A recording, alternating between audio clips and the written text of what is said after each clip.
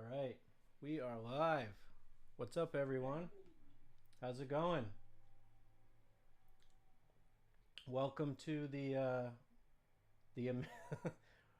the last minute errors in streaming, the world of streaming. Gotta love it. It's uh, it's great to be here, though. What a way to kick off the weekend. I'm happy to be talking about guitars. Anytime we can talk about guitars is a good day, right? Yes, it is indeed, my friend. It is indeed. All right. So before I put you on the screen here, Przemek, and am I pronouncing your name correctly? I want to make sure because I love languages, but my Polish is really bad. Don't worry, man. Don't worry. Yeah, you pronounce it really well, buddy. That's cool. You Awesome, actually right. awesome, Excellent. Yeah. great. And I have you now full screen, so everybody should be able to see that, which is great. And Hello, everybody. Hello, the world. hello to the world. I'm gonna make sure that everybody can hear you. We have Okay. 5 people watching, so hopefully they'll comment. Oh, Let us know. Hey, fantastic. Steve Williams is here. Happy Friday. What's up, brother? He texted me about an hour and a half ago. Looking forward to the stream. So we better make sure that we keep him happy, right? Yeah, we have to. Yeah, we have All to. right. We'll do it, buddy. We'll do it. I know you could probably hear me just fine because I've got my mic right here. But Steve, if you could let us know if you can hear Shemik just fine, because Yeah. this is the first time that I'm doing a Facebook video chat through stream. Usually it's just me. So I'm sure we'll get a lot more people because, we've got someone way cooler on besides just me. I think it brings a lot of people, and I believe that it's really fantastic to share our passion to music and to guitar with everybody.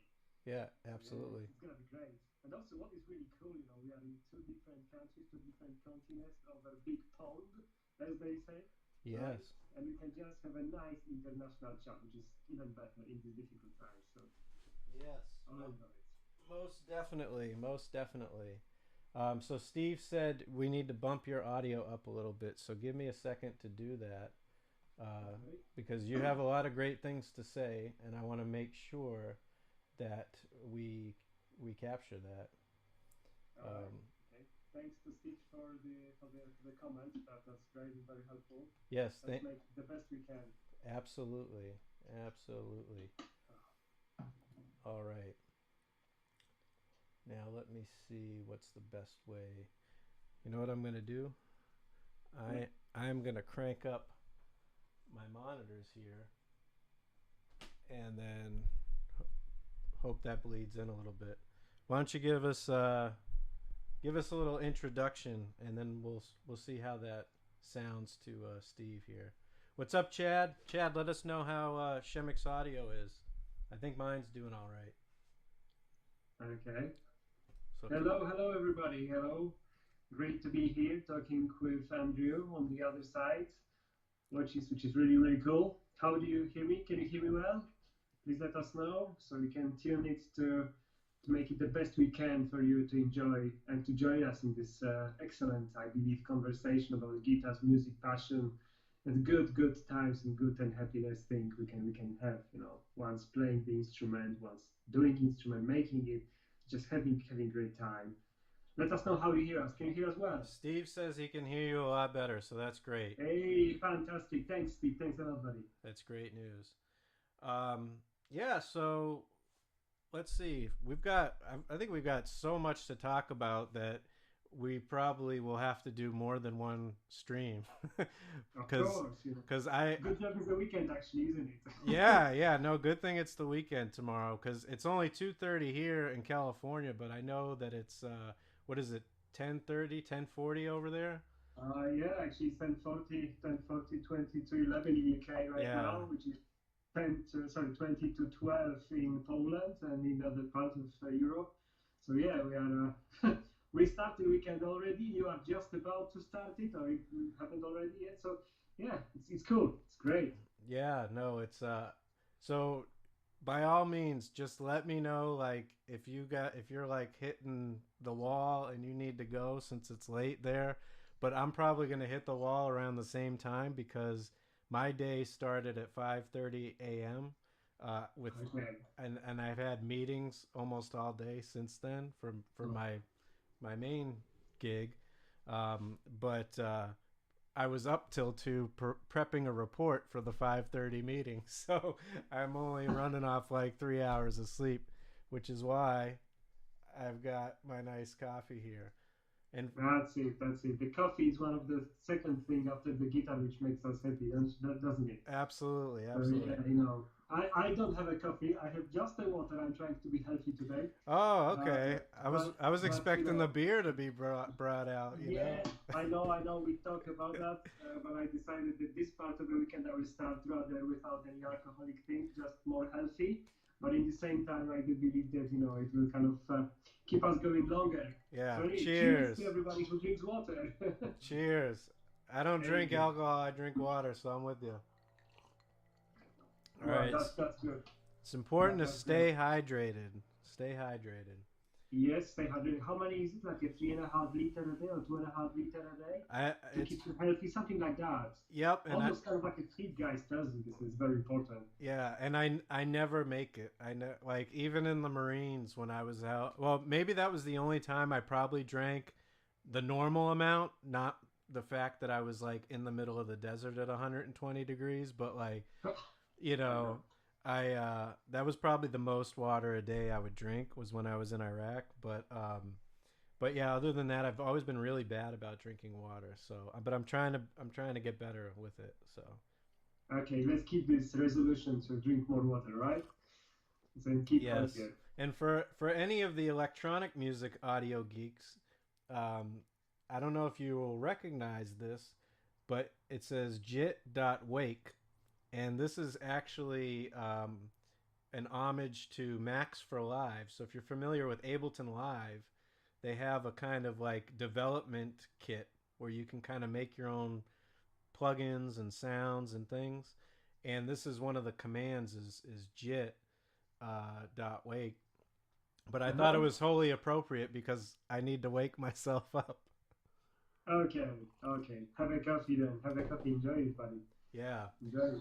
So all right. So we've got in the chat, like I mentioned, we've got Steve Williams, a I believe prospective Berkeley student getting back into. And Steve, correct me if I'm wrong. I don't know if you were already attending, but I remember he had hit me up about some of my time at Berkeley, and which I was not a guitar major, so I'll just lay that out front. Excuse my poor play. Oh well, I was one of these guys. I was a production nerd, so that's Okay. that's where my sweet spot lies.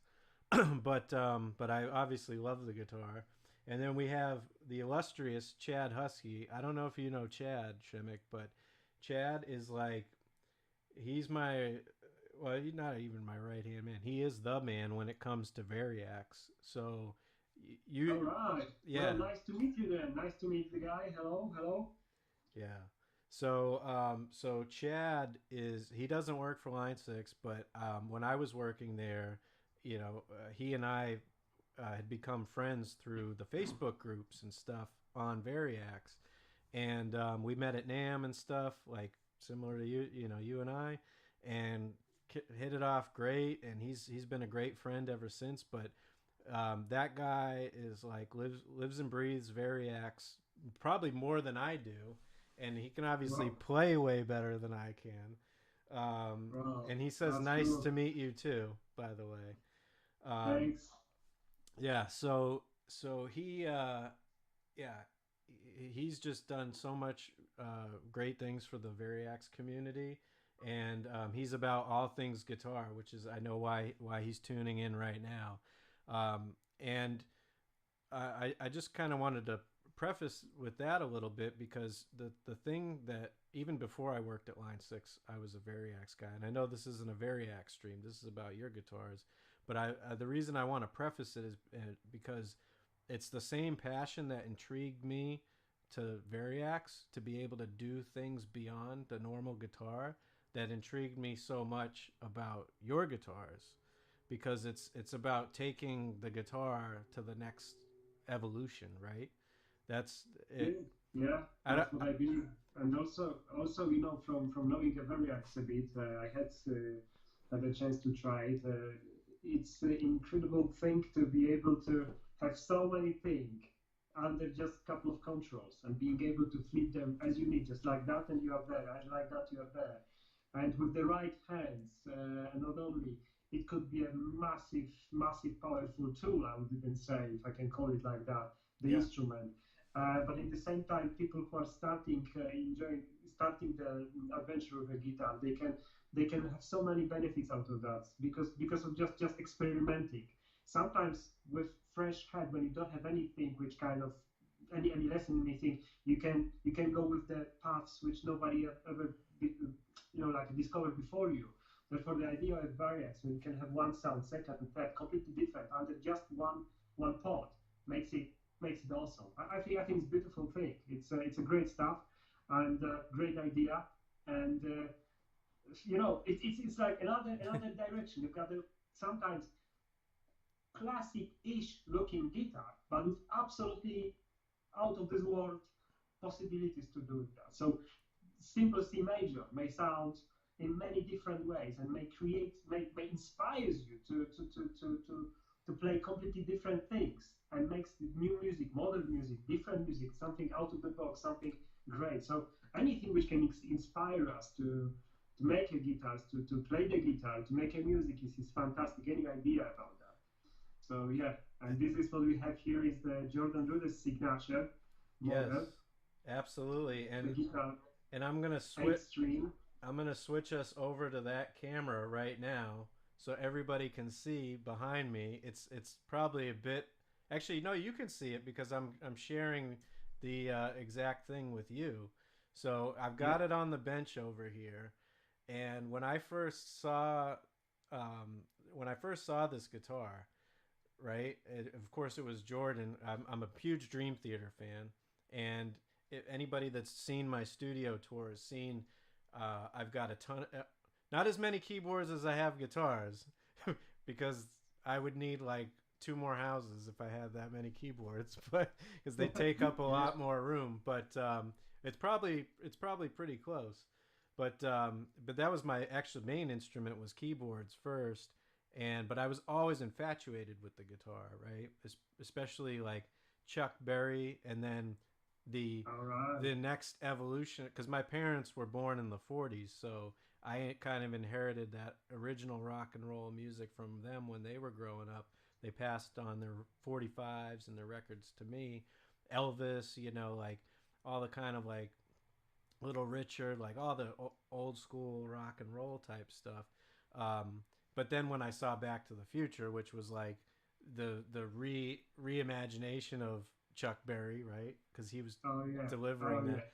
I was like, I saw that as a kid, and I'm like, I want to do that. I want to be jumping around on stage playing guitar, right? And I'm gonna switch back to us because everybody's like looking at this guitar, which is beautiful. But I want them to see you too. So let me go back to us. There we go. And yeah, the reason I bring that up is because like when I saw Jordan, announcing the guitar right on his YouTube channel, I was like, okay, I know Jordan's a musical genius, right? We all know that. And I already knew he played guitar because I've been a subscriber, although I will admit I don't practice the material as much as I should. But I've been a subscriber to his online conservatory for several years. And so I had seen he's done like some guitar lessons, and he used to promote the Muse Research Receptor with plugins, and he did like some guitar through that in some videos before. But when I saw the guitar, first of all, it's beautiful, right? And I'll give you my screen again. So first of all, it's beautiful. For one, and that's we can't lie, right? The first thing when you see a guitar hanging on the wall in a guitar store, or you see a picture of it online, right? It's aesthetics. You either Yeah, gravitate towards it absolutely. or you don't, right? I tell you even more, if I can describe, even you Yeah, see aesthetics, and what you see, the more the wood is playing, the more the kind of like a front is kind of attracting you, the more the guitar is interesting, regardless how it sounds. In the first place, this is what you see. You see aesthetic, beautiful, modern, vintage, whatever yeah, thing which creates a space, creates an environment, and simultaneously you think rock and roll, music, whatever, because this is the guitar. That's the beautiful thing. yeah, That's amazing about that. yeah. So it's yeah. Absolutely. We had a saying when I was a product manager at Line Six where a guitar is like your favorite pair of jeans, right? Like I like it. I it's like it. literally something you wear. I mean, think about it. Like, you know, when I don't have a strap on this, but when I strap a guitar on my body, right? If I'm on stage, I'll stand up, right? I strap this on my body. It's now like clothing, right? I'm Yeah. wearing the instrument. It's not like a keyboard, unless you have a keytar, which I have a lot of those. But, it's not like it's sitting on a stand or it's like drums, you're behind the kit. Like, no, you're wearing this thing, you're walking around with it, right? You're manipulating it physically, you're interacting with it. It becomes a part of your body, a part of your image, a part of your expression visually, right? Um, so that being said, I've always been kind of like obviously if you looked around my room, right? I don't care about like matching an aesthetic to a certain sound, right? I obviously Mhm. like loud colors, right? I've got lots of fluorescent guitar, which is like the total opposite of this because this is beautiful natural wood, right? Um, Yeah. but yeah, the whole thing of it is like uh, the aesthetic part is it's personal to you, so it's got to resonate with you. Like I Absolutely. Yeah. I think a problem with a lot of guitarists is they worry about, and rightfully so, because again they're putting themselves out there on stage, but when they get on stage, I think oftentimes, like especially the look of the guitar, they're worried about how it looks to the audience. But honestly, how many guitarists are in the audience? Like, how many people actually care? Like, they don't know a difference between a Strat and a Les Paul and a Telly or a headless guitar, right? They're just like, there's a dude playing a thing that's guitarish, so he must be a guitar player. They don't know how many strings it has. They don't care. Well, that's one part of the audience, and then there is the audience of people who want to see Dream Theater, for example, or other bands like that, when they know exactly what the Oh guitar is yeah. all about. Well, So I think it's kind of a division between those two, yeah, and I put those and guys in a special category, right? Because that's like yeah, highly technical music. Like you have a lot of yeah, like the instrumental rock, right? Like Steve Vai, Joe Satriani, Dream oh, Theater, right? Like yeah. that audience is totally different. I guess I'm just speaking to more the general like types of Oh yes, music. yeah, I agree with you. Yeah. Well, I think it's a method that people just loves to go and enjoy themselves with music. They want to see the show. They don't care about. They may not care about how the guitar or whatever else looks like. It's more about to have a show and have fun.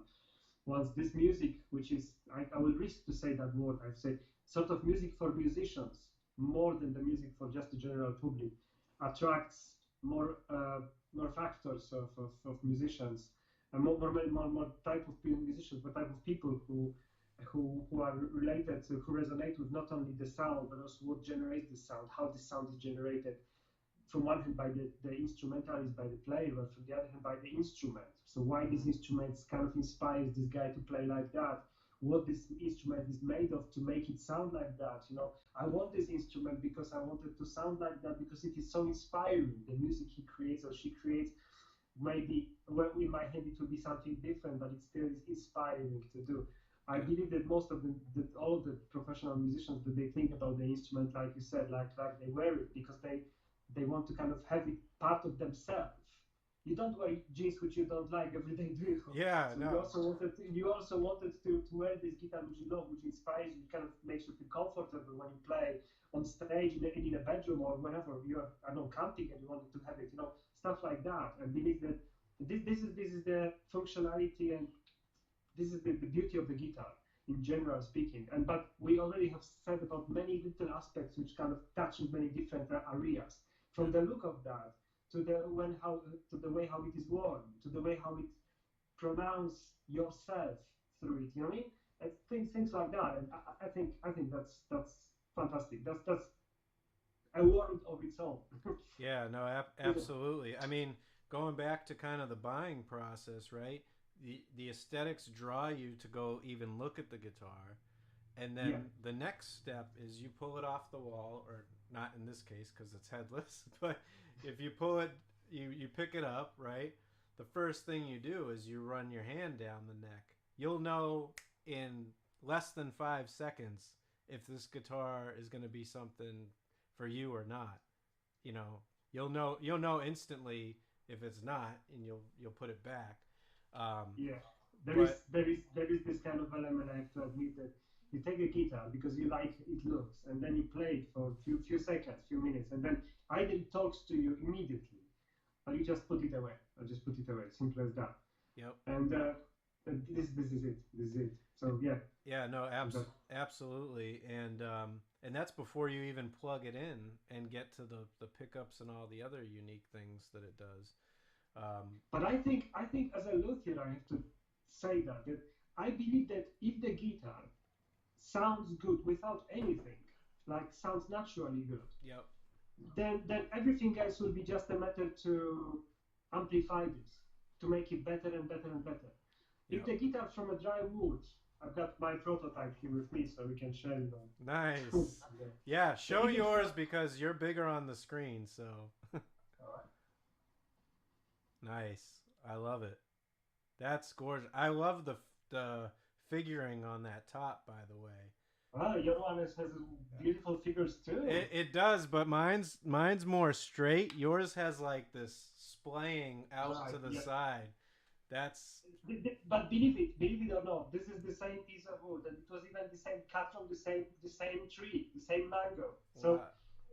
it's incredible. But both of them sounded great. Yeah. Oh yeah. But Yeah. Yeah. No. It's that's what I love about all these natural finishes is you get to really see like every instrument becomes unique, even if it's the same dimensions, the same spec, same everything. absolutely, Everyone's unique. absolutely. You know. It's So like that it's like a unique, like a face of a guitar, yeah. face of an instrument, and you may love it. It may inspires you. This is it. This is one of a kind. Even it's like the same shape, whatever. No, Even it's this the is one same of a tree. kind. Yeah. Even the same tree. That's that. Even the same tree. You know. So that's how it is. That's the beauty of a wood. That's the beauty of a guitar. Yeah.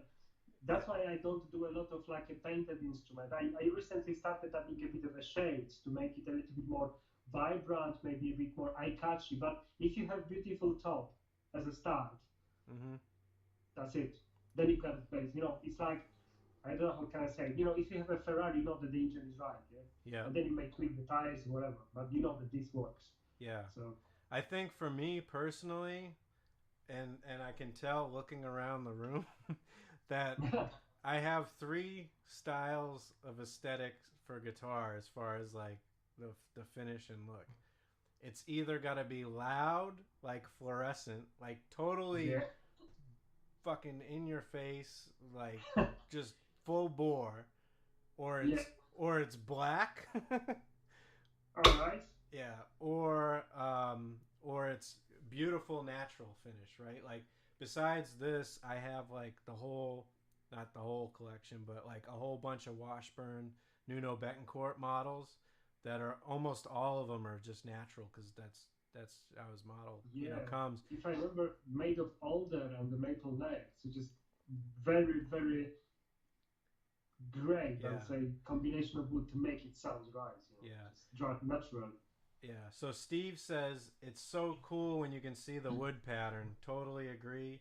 And he also said glow in the dark is cool too. And I'm so glad he brought that up because this has some elements, right? Actually, Yes, do you want it to? does. Well, I'll show this one. Hold on, I'm gonna switch the camera full screen for my camera full screen so everybody can see it. There we go. So, and don't mind the one missing low string, because that's what we're here to do. We're going to talk about that. But look at that beautiful inlay. First of all, Yeah, this inlay has been designed by Mr. Fastfinger, by Mika Tiska, which is Jordan's friend and also phenomenal guitarist. He's also a great graphic person. He does the graphic stuff, yeah, and he created this kind of like a wizard inlay graphic. So out of which we have tweaked it to be I would say translated into the guitar look. But this is Mika's design, which is great. I love it absolutely. So I love that the Jordan has also his sort of like a badge, which is based on this design. Yep. So if you see it on some of his videos or on the Instagram or Facebook channels, you may find it. In the past, he had this kind of little badge, which with wizard. Oh yeah, based on that, Yeah, they would do all kinds of animations on the Dream Theater shows on the screen with like him with the 360-degree keyboard on the animation with this little wizard guy. So these eyeballs on the wizard are luminlay, right? They're glowing. Yes. They're glow in the dark. And then, of course, you have luminlay side dots. You can actually kind of see it glowing a little bit in the camera. Yep. There. And we're in daylight, so it's charging it, but we're not gonna, even if I shut the lights off, it's not gonna matter because we got so much light, which is great for the picture. But yeah, let's go back to you. So Steven loves it. He said nice, and then hopefully good, thank you. And he said, I'd love to hear how an inlay is put into the fretboard. Now, before you go into that, I'm going to try to multitask here, and I'm going to grab my new pack of strings, and I'm going to put the other string on this, so we can do double duty, and then we can plug this sucker in and hear it, because it's a beautiful sound. All right, so I'm going to switch my camera to the workbench. So that's what you're going to see, and everyone will see it in a tiny little corner there. But yeah, go ahead and talk us through how an inlay, especially one as sophisticated as this, is put in the guitar. Okay. First of all, when you need to have a design, obviously, right? So we had the design. The design was done by Mika Tiska, and he created a graphic out of which I, using the Photoshop and other software, I have created an outline, and then I printed it on a paper, and I've used different pieces of mother of pearl and abalone. The head is made of abalone. The rest is made of silver mother of pearl, and I was following this what I had drawn in 1:1 scale. I had started cutting each piece individually. If you go to Jordan's YouTube channel or his page, then you will find some videos of how certain bit of this guitar have been done. But anyway, just to continue. So I'm just trying to find out if I have some mother of pearl just next to me. But anyway, so I'm cutting bits of the mother of pearl. Once this is all done, I'm laying it over this paper. And on the piece of paper which I have 1:1 scale inlay. So when this is all put together, I can see if the sizes of each part are as they should be, if there is nothing too big, too small, or something sticking out in this way or another. And this, when it is possible, I'm trying to stick it together by super glue temporarily, so that one inlay which is not moving, so none of the parts can disappear.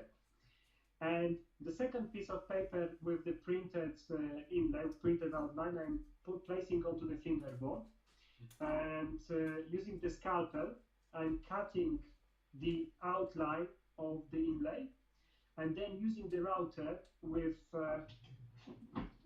very small with the either Dremel or router attachment, something like that, Okay. and then working within the area which I have marked earlier, cutting it to the depth of 2 millimeter, 1.5 millimeter, depending on how thick I've got the fingerboard and how thick I've got the mother of pearl. And once this is cut, there are usually corners which sometimes are too rounded because the end bit is never straight. So I use knife and then cut this into the bits. And when this is done, I'm then placing the inlay, the mother of pearl and the abalone part inlay, and then finding out if it fits. And I'm working with the knife and the Dremel as long as I found that it all fits nicely and smoothly. Then when I know that the depth is right, which there is a couple of times I'm measuring with the little measuring tool to see if the depth is right and it's corresponding with the thickness of the inlay, mother of pearl. Then when this is done and I'm assured that everything works together, I'm creating a epoxy glue with then mix it with ebony dust to get a black color which is native to the fingerboard. And then using it, I'm gluing it the inlay. Then it's good to put some pressure on the inlay for the time when the epoxy is drying. And then when it all dries, then it's usually more or less level with the finger, but not perfect. So I use the leveling block and something like that, Yeah. and then just going across, leveling it together with the whole fingerboard. You may see that once working on that there will be some little gaps which need still filling with the epoxy. So I fill it with the epoxy, then redoing everything, and then I'm doing final fingerboard level and final fingerboard reducing to make sure that everything else is perfect in line and with the right radius. Usually I'm cutting threads slots earlier, so when I have the inlay on, I can then cut it carefully over the inlay. Having the thread slots done beforehand allows the saw to kind of like get into the right places from both sides, so it's not wobbling or doing anything like that. It's just getting from one side to another until the mother of pearl part is being cut to the right thickness. That's pretty much how it looks like, and then threads on and the rest of the work. So this is the handmade, because I do all my guitars handmade. It's 100% handmade, excluding the logo, which I've been lucky enough to be able to cut via laser cutter, but everything else is just manually made. So even if I use the same templates, even if I use the same reducing tools, sometimes it creates guitars which, even if they look the same, they may have some little differences between each other. But I think that's the beauty and the nature of handmade instrument. And also, as we said earlier with Andrew, it's one of a kind, and it's that this is it. So the dimensions will be as similar and as close as possible, but it will have its own personality, its own life and beauty, I would say. that's the I love it, process. and that was perfect timing because I've got the string on. I'm just doing a little quick tune-up here. Excellent. That's like a teamwork, buddy. We know how to do it. Excellent. It's as if we had like planned this or something. Exactly. Right? We know. It looks like we know what we're doing. yeah, and that's scary, isn't it? Right? It's like it can't be this easy, right? Something has to go awry. Yeah. Perfect. So I left the tail on here for a second because I wanted to make sure I had enough travel in case I had to pull it a little tighter, because this thing is like, hopefully everybody can hear me. I'm going to walk closer, but I'll leave the image up there. That string, if anyone didn't see while you were talking, I showed the pack, is an 80 gauge string. So it's like, correct me if I'm wrong, but I think that's about the same gauge as the G string on a bass, right? Or close to it. Yeah, it might be very similar. Yeah, and then trying to fit that, on a headless instrument. I mean, this was quite easy. You guys saw me do it in like no time, but it was definitely interesting to, you really had to like kind of pull that through that little slot, you Yeah. know, because it's just so thick that it's like hard to get it taut, you know. Yeah, but when I had a chat over email with Alberto, who is the guy who does the T4M bridges, which are used on this guitar, I think that the 80 is the maximum we can go through. Anything thicker, and I would have to use, the bass parts instead of just the guitar one. But yeah, it works, and it's proven on my guitar, on Jordan's, and many others that this actually works really, really well. So it's great. It's So cool. I'll just say that my cutters are pretty old, so I wasn't expecting it to be easy. But man, trying to cut through this string, it's been a while Yeah. since I've restrung any of my basses because bass strings are expensive and I don't play bass enough to warrant it. But man, yeah, that's crazy. So hopefully you guys could see that. I'm just gonna switch the camera so we can get a close up shot real quick. Um, there it is, everybody. Look at that. I know you can see it, but actually I'm just gonna manipulate the camera a little bit. There we go. Look at this beauty. I love it. I love it.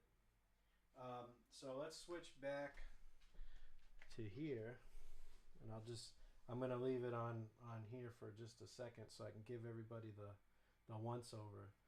So can you tell us a bit about I don't know if I should, what do you call this, the head? It's not a headstock, but this is quite a thick um, piece up here at the top of the neck. So what is that called? And like, can you tell us about the construction a little bit? Why it has to be so thick? Okay, so the headpiece or headstock with big brackets, I would say. Yeah. So it's I've made it mainly so regardless, like if you play headless guitar, not headless guitar, you kind of when you play you have something to stick onto. The head guitars have this head, headstock guitars with this kind of element headstock going out, and you kind of stop there. Here as well, it's all done so it's comfortable around your hands. So when you're playing in these positions, you kind of like can rely on that, can put your thumb here. All Yeah. of that is kind of like an ergonomic element, to be here. Why it has to be like that? It's aesthetics as well. I kind of wanted to end this guitar with some kind of like a sharp, nice edge instead Mm-hmm. of just cut it. Like old Steinberger guitars, they were just cut. All great. Yep. I love them actually, but I thought that if I can design my own take on the headless, I wanted to have it a bit more sharp, a bit more like there's some beginning and the end. Yep. Many this angle and as well as the angle at the end of the guitar are sort of dictated by the multi-scale. So when you have 26 and 27-inch scales, we've got like 1 inch difference, and this creates this kind of fun. So Yep. why not to follow that and then incorporate this into a design? So start from one angle and go to another angle. So that's kind of like a logic behind this too. Okay. And I think it works. And the rest is aesthetical element, the designing element. I like this kind of playing with the shape a little bit, so that's the reason. Yeah, Yeah. purely design wise, and with the ergonomy when you kind of play it, when you can feel it. Yeah, no, it's interesting because I didn't realize it. It's just I guess subconscious. You don't even think about it, but once you said it about having your thumb up here, like that totally makes sense because it just feels familiar. Like, okay, I know where my first fret is. I mean, obviously, I'm not going to go off the neck, but like, it just feels like familiar, like a typical guitar with a headstock, but like it's just it's still just as comfortable and everything. So Yeah, I'll give you my first kind of thoughts in besides the fact that I was highly attracted to this guitar and I'm a huge Jordan Rudess fan, but what was kind of running through my head just before I got this from you and after I picked it up, because I I love like heavy guitar music, but I'm not a metalhead. I love Dream Theater, of course, but I can't play as crazy and fast as John Petrucci. So I'll just say I'm not a shredder, but I appreciate all that stuff. You know, I kind of like live more in the bluesy jazz category with, of course, rock. I mean, that's a given. But like I said, Chuck Berry is what made me want to play guitar. But but what was interesting was I was like, you know, I need another guitar like I need a hole in the head, but like nothing's gonna stop me from buying one, right? Unfortunately, not even my wife, if she's watching, because she knows it, because she'll tell me not to, and I'll get one anyway. But it's just how we are. But it's I'm like, I wanted one because I've never had an 8-string guitar. I've barely even played one other than picking up like an RG8 at NAMM. I have several 7 strings behind the camera here, but even those, like, I would say that like I didn't use it that much because, again, other than like trying to avoid an alternate tuning, or especially on a Floyd Rose, right, or trying to replicate some Steve Vai thing or something with the low B. I'm like, what do I really do with it? So I'm like, what the hell am I going to do with 8 strings? I can barely play 6, never mind 7 or 8. But what was really intriguing was when I brought this home and I plugged it in. I actually plugged it into my Amplify 75 because it was sitting in my living room. And I literally sat on the amp, which is like a tiny little amp. And I think I liked what I was playing, and my Nest camera was running. So I actually saved the video so I'd have that scratch idea to go back to later, from my security camera, But what happened was I watched, like, I found some tutorial on YouTube on like how to play 8-string, right? Because it's like, where the hell do I start, right? And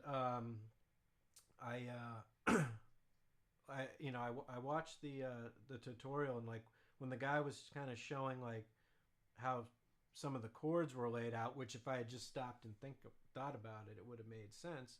But I was like, oh, it's really not that bad. And so I just started playing around with it, like trying to get almost like not a walking bass line, but kind of like just a pad following me around. But then, as you and I spoke about a little bit a few weeks ago, was I started saying, well, okay, if you got E, A, D, G, B, E, right?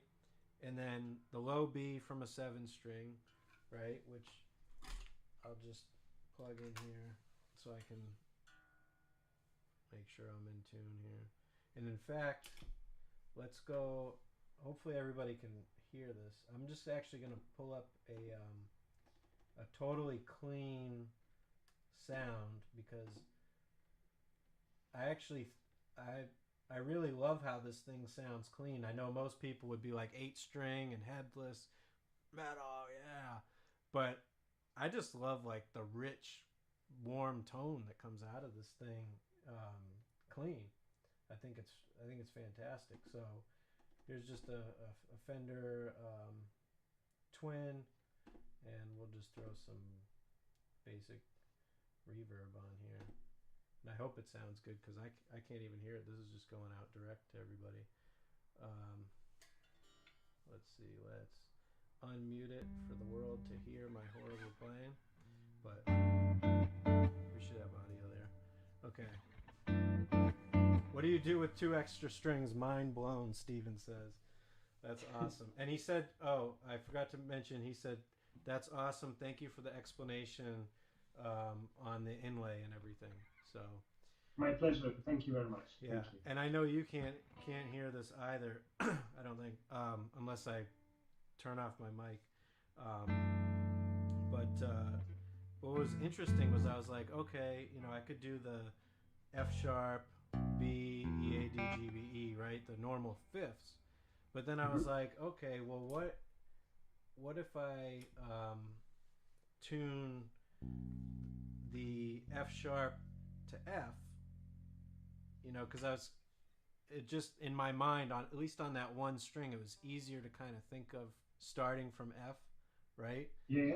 Because then you could just be like, you know, okay, G, A, B, C, you know, and just go Yeah, up, yeah. rather than like, okay, F sharp, G, you know, G sharp, and then it's like, okay, where the hell am I? So I kind of did that, and then I was like, okay, well, if I do F, which, by the way, Steven or Chad, let me know how this is coming through. Oh, here, I'm gonna take the tuner off. So that was an F, and then I said, well, so I got F, B, but then that doesn't really make for like comfortable chords, I guess you could say. So then I said, well, F is pretty close to E. It's only a whole step away. So I said, well, why don't I drop that to E, because then it's more familiar to me too, as far as coming from a 6-string guitar, because my bottom string is E, right? And then I said, well, okay, if I'm going to do E there, which it gets a little slacky, like, because you're taking a lot of tension away. So if I let that ring out, the guys on the stream can hear it. It kind of starts to rattle a little bit if you hit it too hard, but that's all right. And so I was like, okay, well, if that's E, then why don't I try A on the next string, on the 7th string, you could say, right? And yeah, feel free to join me in this tuning, because I know you're a way better player than me, and maybe you might come up with something even more interesting. So I was like, okay, well, if I have E and A, and on a regular 6th string, who doesn't love drop D? So we'll put the 6th string to D, and then in doing that, I realized, well, we have EAD, EAD, GBE, right? So it's like, oh, now that's like so much easier to wrap your head around because it's familiar. But now it just gives you this huge range of which to choose from. Yeah, it may be easier to play, and also allow you to hear the chord much more wider than you would normally hear when you just play on a 6th string. So you got this kind of bottom sound, if I can say it, like a low sound, complementing what is played on the higher registers. Therefore, your chord became wider, more open. Like I would even say like more like a piano. You know, on piano you play much more wider, right? Not just one side. Absolutely. So that 8-string guitar, in my opinion, does have this opportunity to experiment with what happens if we start playing the chords slightly differently. When we have a basic chord, but when we color it with the bass notes too. And by different tuning that you just suggested, may help a lot to create not only more comfortable to play, but also much more sounding wider chords. So that's one of the great opportunities of playing on an instrument with more than 6 strings. And another thing is that you can create different chords, but also you can create different passages or play with tappings with both hands, or do what Tosin Abasi does, you know, just with clang and stuff like that, just crazy, out of this world stuff. Oh yeah, it's like, you know, I think that the one of the approaches, like you said, is great. You tuning it to make it more comfortable to play in slightly different tune. But another option could be like, think about this guitar as just a 6-string guitar with 2 extra strings which could work to complement the standard playing you normally do. Start from clean channel, because on clean channel you can hear everything, but then start adding a bit of a crunchy element to make it much more dirty, much more grungy, much more rocky, I don't know, whatever you want. And then if you want to really go djent and everything like that, then you go stuff, you know. You'd go and nuts. then you just you know, move on. But in the same time you can go play really, really low, right? You got a low resistance, but at the same time you want to play high solo, you are there. You still have this opportunity to play this. So there are two things in one in that aspect. So, you know, already many approach which 8-string guitar could be taken, and many ways to enjoy it, to be inspired by that. And again, you know, we talk about a couple of aspects, but there are many more. Every guitarist will start to find his or her own way to experience that, to experiment with that, and there will be things which will be much more pronounced, much more subtle. But as long as it creates inspiring, beautiful melodies, it will be music, which Yep. it's the best on the top of everything, what you just said. And then instrument will become very transcendent. Can I say that? Like a tool which allows you to kind of like a travel between different ranges, different transcendent. musical patterns, scapes, Yeah. soundscapes. That's just the thing. Yeah. I know I went too far. No. You went perfect. But that's the thing. That's what happened when you talk about the guitar. Why we wanted to try to put another string to it. Why we wanted to try that something different. What happened if we tune it differently? So your low E or F sharp, depending how you tune it, will be just an ordinary D. Once the E string will become something higher. Yep, exactly. Then you go in different direction. Why not? Why not? Let's see. Let's hear how it sounds. There will be people who will find it a bit weird, and there will be people who will make a usage of that to create beautiful music. I think it's one of those things which just allowing us to open the doors and get out of the standard boxes which we made, like the shells which we're in, and then experimenting, because I think this is the major word right now, and being inspired by the sound which is generated by an instrument, creates beautiful music, creates new patterns, new ideas, new inspiration. And this is fantastic. This is why in my guitars and yours as well, we just wanted to a little bit get out of the box. Yes. To think what we can do with that, and why we have to restrict ourselves to think in only one way. Why we cannot take different guitar and see where it takes us, how it inspires us, and what we can do with different tuning. Low 8 string, yeah, fine, let's give it a go. Why not? Obviously, there will be aspects of comfortability of playing. There will be aspects of finding it different in the first place, but at the same time, this might be the best thing you could ever done to change your patterns, which you have to go far with them now. That's how it starts. Yeah, tuning, playing it, using different elements into that, like in variacs. It's beautiful. It's fantastic. I'm excited about that. No, I'm super excited. Cheers to that. Cheers. So I need to keep myself hydrated, because I'm talking. You're getting excited, so you gotta hydrate. Yes, mate. Yeah, well, let's stay healthy. Yeah, well, speaking of comfortability, that was one of the things that I wouldn't say nervous about, but I'm like, I love wide necks anyway. Like, I love classical 6-string guitars. I love like Ibanez wizard necks. Like, flat and wide is my thing.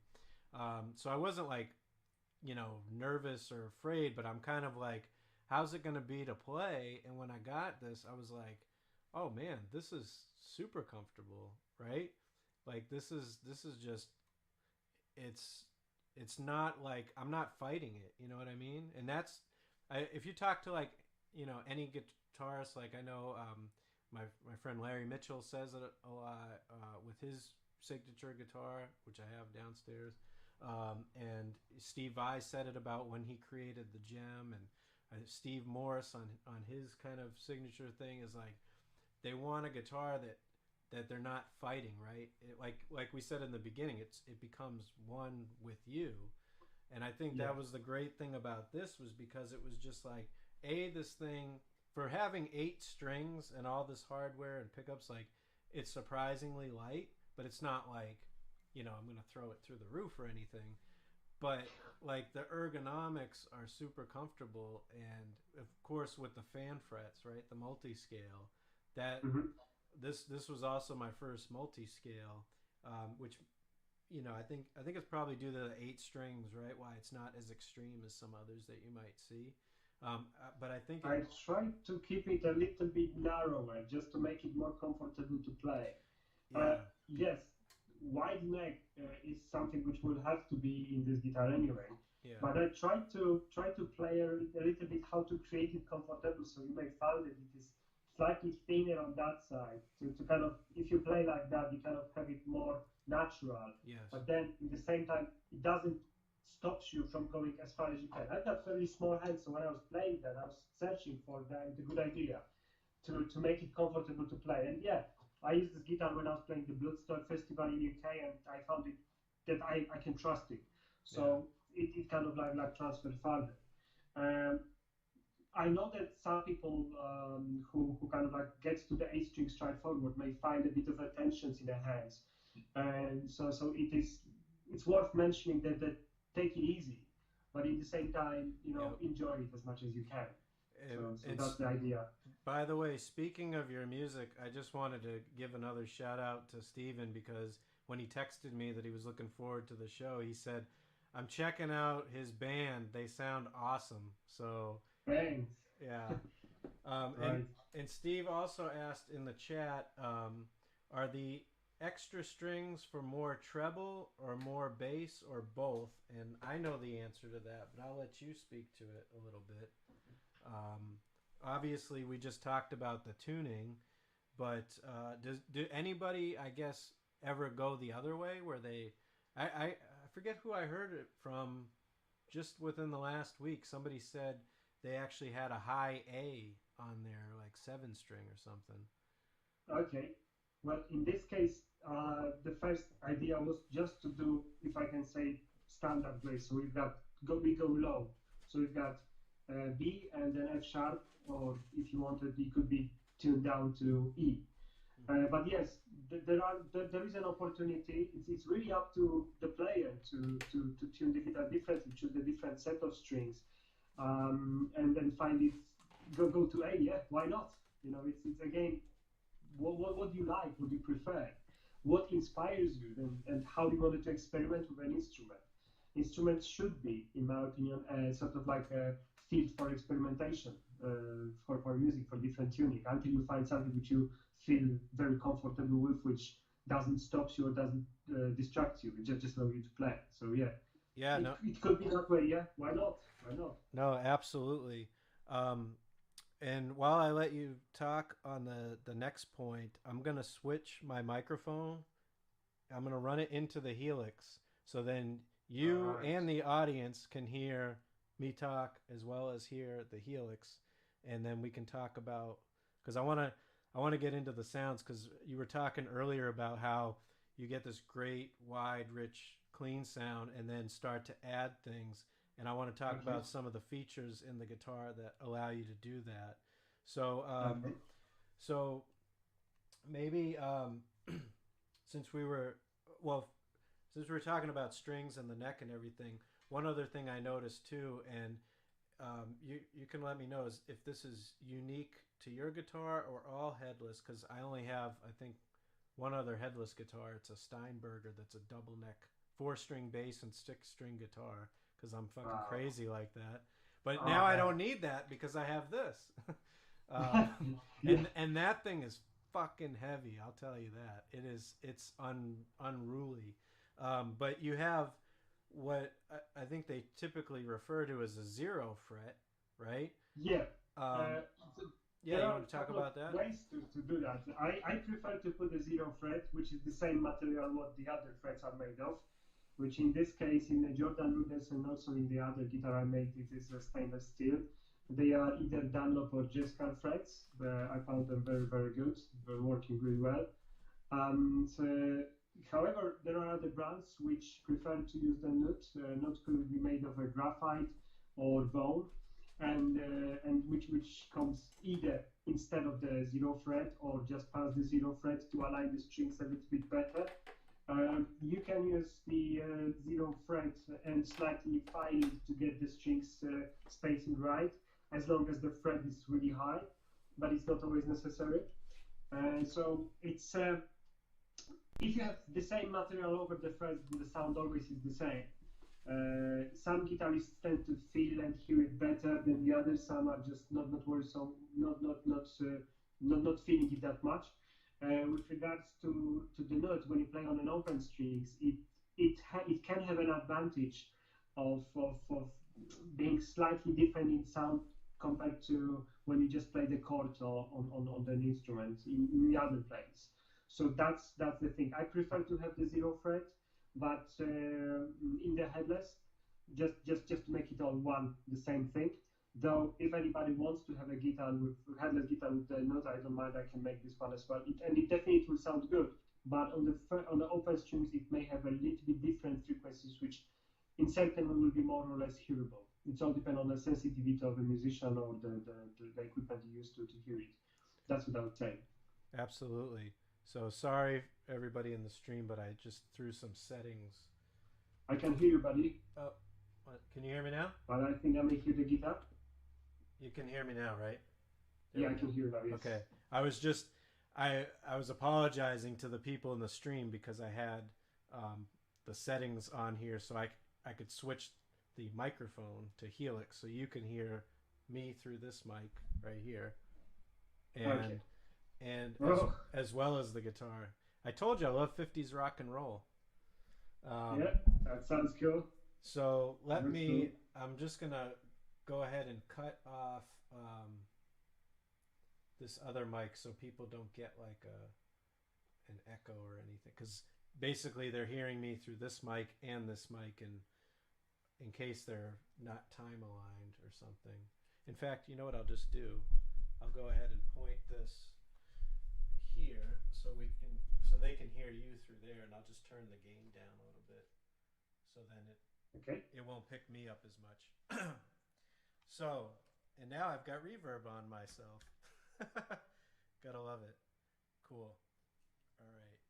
You can still hear me good, right, Przemek? Yep, I can hear you. Awesome. All right, now let's do this. And I've got my trusty G10 transmitter in here.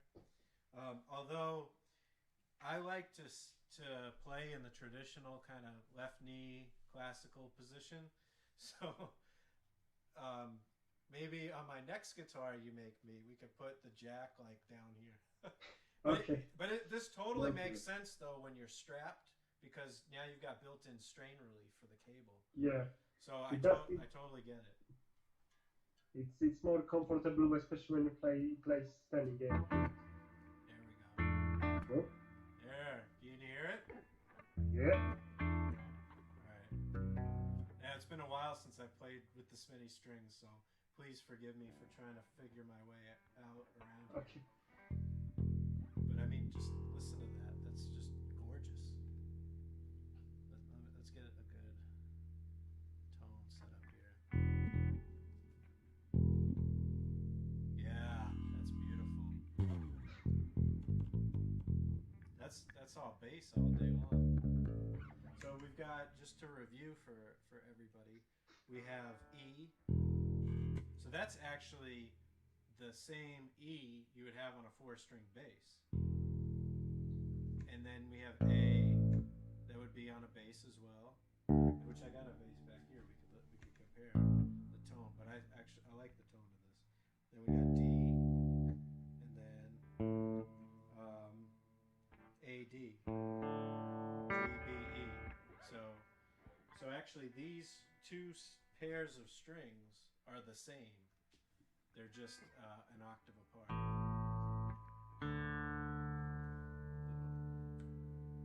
Not quite perfectly in tune, but that's I'm trying to like do my traditional fingerings, and it's not working. But you don't even have to do anything that complicated, right? Because if we think about it, right, we have, so if we got A here, right, and then we've got let's see. Yeah, A, D. So I'm just trying to think. So you could have A and C. You could have the 1 and 3, or you could have your normal power chord. But then you could really do that twice with just a bar.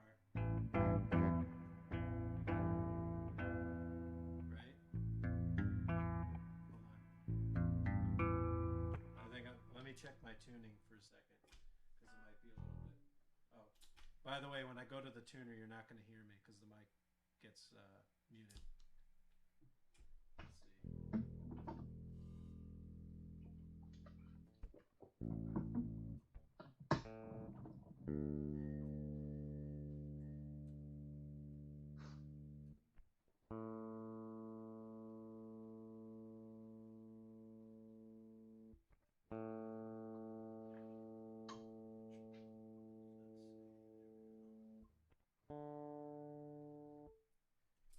trying to keep track of strings when you're tuning, especially when 4 strings are, you know, 2 strings are the same note and the other 2 but an octave apart. It's crazy. Steve has a question for you. And by the way, Steve, if you could let us know if my voice and Przemek's voice are still good. I know you can hear the guitar, but he has a question for you. How did you get started making guitars? And I'm sorry I didn't even ask this. We just got caught up in talking about guitars in general, but I'm curious too. And he said he's starting a DIY kit, and he thought it was a good way to learn in conjunction with YouTube videos. To answer the first question, how did I start it? That was I needed to have a 7-string guitar, and I was considering to buy a guitar first. And one day I had to service my music man, John Petrucci. I've got this guitar, the very first his very first signature, and I went to the local luthier who had very good reputation, and I noticed that he was building a guitars. In the same time when I was kind of leaving my guitar for service, and then when I collected. So I started talking to him. His name is Martin Harrison. Phenomenal guy. Very good luthier, fantastic person, great guitarist. And I started talking to him and started asking questions about how is it made, what is he using, what sort of wood, and all these kind of elements. And it was after I left his workshop, I had lots of ideas in my head, and I started watching a couple of videos on YouTube and everything, you know, typical thing. But then I kind of thought that, okay, I need somebody to kind of guide me how to do it in the first place. So I sent him a message if he can be able to help me build a guitar. In this time, Martin was quite busy, and he said that he cannot help me to build it so that I wouldn't go to his workshop. But if I need an advice on certain aspect of building the guitar, he would be happy to help me. So I bought the wood, I bought some tools, and I started carving it, cutting it, you know, making it. And the first guitar actually I made, I know it will sound crazy, really crazy, but I don't know if you know about ESP George Lynch's signature guitar with the skull and the flames. Yep. So my idea was that if I am able to carve out of the wood those skull and the flame, which will become the top of the guitar, then I will continue. And I did it. I was well surprised with myself, very happy. Martin was also quite, you know, like intrigued that it has happened. And then I bought a mahogany piece of wood, and thanks to help of my another friend who also was a luthier, who I met later on, Nick. Nick has set up his kind of like an evening classes, and Nick kind of like allowed me to help me a little bit with gluing some parts. So he gave me more like a tuition. So it was actually very interesting that those two things happened simultaneously. Martin was helping me on one aspect, once Nick helping me on the other one. And yes, and then I built the body. Then I carved all the cavities for pickups and electronics, and then I started making a neck. And I think up till today on my Facebook page, there is this video when I actually put the strings on and then play first chord. And I look there like I'm scared to death, because one thing I've got in my mind is that I actually would break it, that everything would just go into pieces. But it actually played well. Right now, this guitar it has, I give it to my close friend Xantik from Polish Guitar Channel, and called another guitar channel, or Filmikio Gitara. He's a phenomenal guy, and also he's helping me a lot in doing the shows. So he has that one. So if you probably go to one of his videos, you'll see the skull and flame guitar there. It was inspired by ESP purely, I have to say, but the first guitar I just wanted to have something crazy, something to grasp to. But the more I start to building it, the more I fall in love in working with wood, and finding I discovered the wood as such. I learned a little bit more about that by working with it, and also asking many people, wood suppliers and other luthiers, and that's how it's happened. And ever since I cannot stop. I just absolutely love it. And the more natural the wood is, the more beautiful the wood is, the more I'm entertained with making the guitar like that. So that's the thing. The second question was about if the guitar kit and the YouTube videos is good. I believe it's a very good thing, because first of all, you have certain things sorted which you don't have to worry about, but it gives you beginning to how to work with tools, how to assemble, how to understand setups, how to understand electronics of the guitar, and then a bit of a finishing of the guitar. So how you want to paint it, what to use to paint it, and everything like that. Once you build that, using the videos on YouTube or asking people on the forums, try to build it from scratch. So buy a piece of wood which will become a body, buy a piece of wood which became an egg, because then you will understand another much more in-depth approach to build a guitar. And then your journey will start. And I have to warn you, you may not want to stop. You just want to build and build, build and build. Because building a guitar is one of those things which it could be therapeutic, but also it could be very rewarding. Because in the first place, when you take a wood, you don't know how will it sound in the end. And until you put the strings on, you are still living in sort of like unconscious, like sorry, living like unsure. Will it work? Will it work? Will it work? And then you put strings on, and then wow, that's how this sounds. Whoa, you know what I mean? And Yeah. this feeling, I have to admit that every time I'm doing that, I'm truly be excited and emotional in a way like wow. So that's how it sounds. Wow, you know. Every time you hear like the same piece of wood may sound differently, like the guitar resonates in different aspects. It's wonderful, and also woodworking, especially when you do this manual with hand, is like I said earlier, therapeutic because you take your time. You're not rushing. You're building patience and kind of like and enjoy the moment of working with that. And wood could be very like I said, very rewarding and very is very patient as well. So it's beautiful thing to do. It's beautiful thing to enjoy. Similar, I think, like some people like making a models, like with ships, aeroplanes, whatever. Hmm. Though in this case, you are creating actually a very functional element, maintaining the same approach. Like I'm making beautiful thing, I'm making a model, or I'm making something which will look beautiful, would be attractive, but at the same time, it could be fully functional. It usually is fully functional instrument, a tool to make a music. And another thing which is beautiful about the woodworking is that once it was the real wood, real tree, I know it's a bit of philosophical now, but it does have a meaning, like a bit of reincarnation from a living tree to the living instrument. You know, Yeah. once it was live, it has a life. Now it creates different life by its resonance, by its inspiration. It's it's you know it's great. It's like the more you think about that, the more layers it has, the more it is to discover, the more beauty it shows.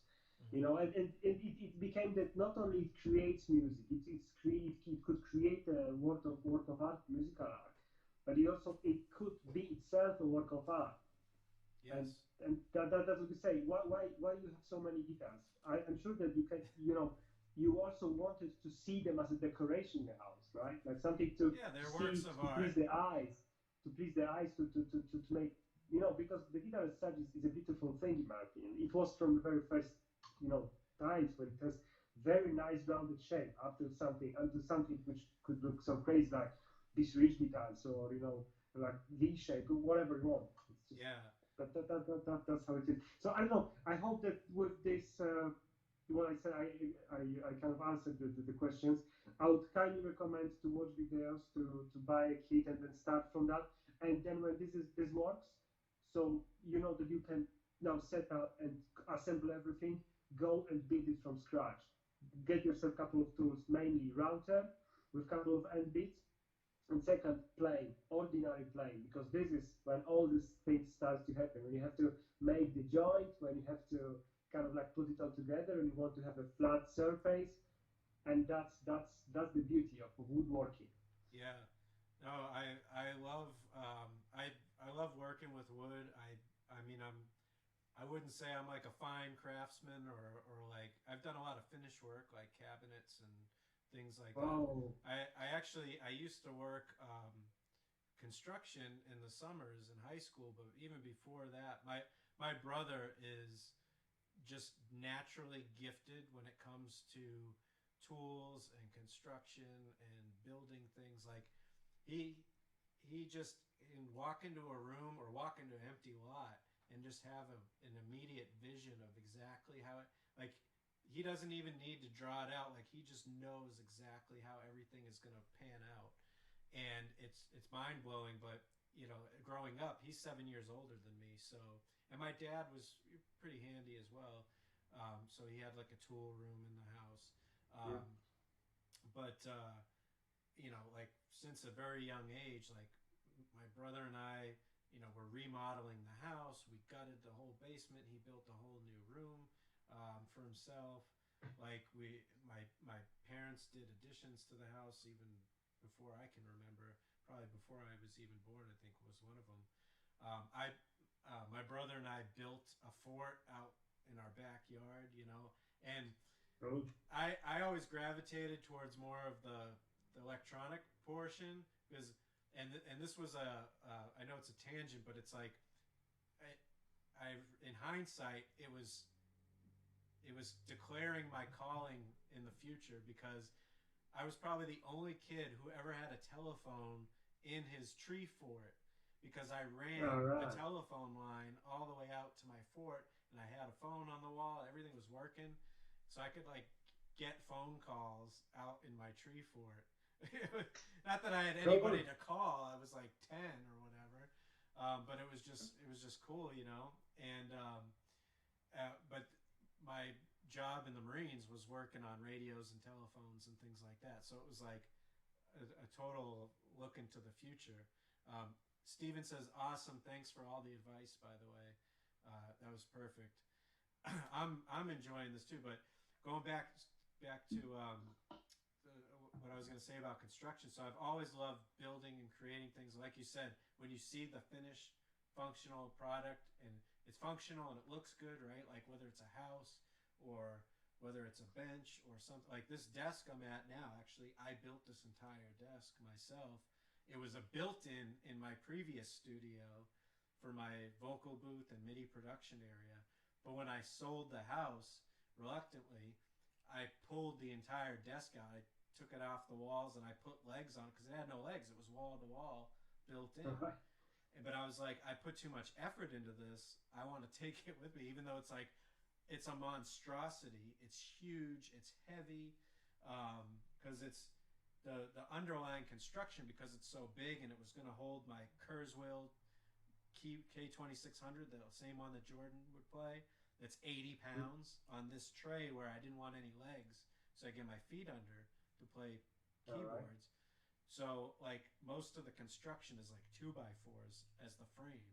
So this desk is like over 6 feet wide. It's a lot wider than my wingspan, and it's about 4 feet deep with the racks of gear and it. So it's freaking heavy. But this was actually my first job, my first time doing like my own laminate application. Yeah. And it turned out good, although it's chipped now from the 3-4 times I've moved since then. But I'm actually going to be replacing this desk. I just ordered a new one yesterday. So that'll help for the ergonomics of the room, but also hopefully give me a little bit more space. That's also a big desk, but hopefully it should give me more space. But in any case, I've always enjoyed like the creation aspect, and I would also love too to get more into actually building guitars because I've done like assembly, I've done repairs. We're going to do a whole bunch of stuff on the bench here as far as setups and things that we're going to stream, and I'll do some pre-recorded, and I'd love to have you back on and we could talk about that. I don't even know, we might have time to get to some fretwork. I did I think I did like a little bit in a live stream I did about a week ago. I was, so in the US there's a tool store called Harbor Freight Tools, and it's like the cheaper version of Home Depot and Lowe's, which some of the stuff there is already cheap, generally speaking, but their headquarters is here. In fact, it was right across from my office when I worked at Line 6 in Yamaha. It was their headquarters. But ironically, as much as I'm into tools and they were right there, I never went to a Harbor Freight because I had this misconception that like, oh, it's all like super cheap and they're not going to have anything. Well, I went there a few weeks ago for the first time ever, and I went to get this bench for the guitar workbench because I was like, I saw the ones at Lowe's. They were like $500. I heard bad things about they were just made with sheet metal screws. So this one was like $99, and I think I got it 20% off, so $80. And I was like, I just need something that's stable because I'm not going to be banging on it. I'm just doing tech work on guitars. But this thing, I was at Lowe's to get the oil and stuff the other day that we talked about, and the sandpaper and everything. I looked at those desks that were like the benches that were like $500, and they were cheaply made. They were just sheet metal screws. This one's like bolts and nuts and way better construction, in my opinion. But when I was there, I saw a hand planer. I saw a powered planer. I saw like all these things. Like I almost wanted to buy the whole freaking store and just like, turn my garage That's into how it is. There is some sort of like a magic with the vintage tools, like old, hand playing, things like that. Yeah. Old English Stanley. It's just simple thing, but it does a magic when you put it, on the wood, and I love it. Yeah. Also, this very small one could be very helpful in many things. It's I've never really seen one to that have something small. like that. Wow. Yeah, I've never seen one that small. That's crazy. Well, there's many different shapes and styles. Yeah. So I think I'm gonna follow your advice to make a long story long, is that I have a router and I've got a lot of tools, but like I don't have a planer and things like that. But I think I do want to take it to that next level. I mean, I'm not a luthier, but I've worked with many great ones. Like my buddy Pat at Yamaha is like, amazing. You're amazing. Look at this beautiful thing. Like, thanks, man. Thanks. I'm fortunate to know a lot of, not a lot, but a few great luthiers like yourself and Pat and a few others, and would love to just dive in and say, screw it, let's make one fully from scratch, from a slab of wood. But that's an art in and of itself, is like actually crafting wood, like shaping it into something. Yeah, it is like that. Yeah, I agree absolutely. Yeah. But I think that's the beauty, that's something which mesmerizes. Like when you can get into that kind of shape, you can create something 3D. Something which will have another meaning, another shape, another aesthetic in many aspects. So that's the beauty. Yep. Right. So we're going to tell. Yes. Thanks to Steve again, because he just told me I need to turn up the volume a bit. So hopefully that's better. So yeah, let's talk a bit about this again, the guitar here. So as you were talking, I was kind of trying to think about how to approach this, and then I realized, oh wait, so we have, our root. In this case, we're at A, right? Because this is an E string, A, and then we have our fifth, B, and then we have the root again, the fifth, and then the root. So really with just this, we'll call this ultra power chord, right? Because I don't even have to bar up here. I just need the one note. I actually have to bar with my ring finger, which I've never had to do, but I have the root 3 octaves, right? Good, isn't it? How fucking nuts is that? Nice. And I still have 3 more strings on this guitar, right? Which actually I have 2 octaves up from that, right? Mm-hmm. And then I have, here, right? Let's see, A, E, which is our, here we go. So what do we got here? I'm losing my space because there's fucking 8 strings on this thing. It's hard to imagine. So we got A, right? Hold on, A. This would be D, E. Oh, sorry, I misspoke earlier. A, E, A, E, A. Wait.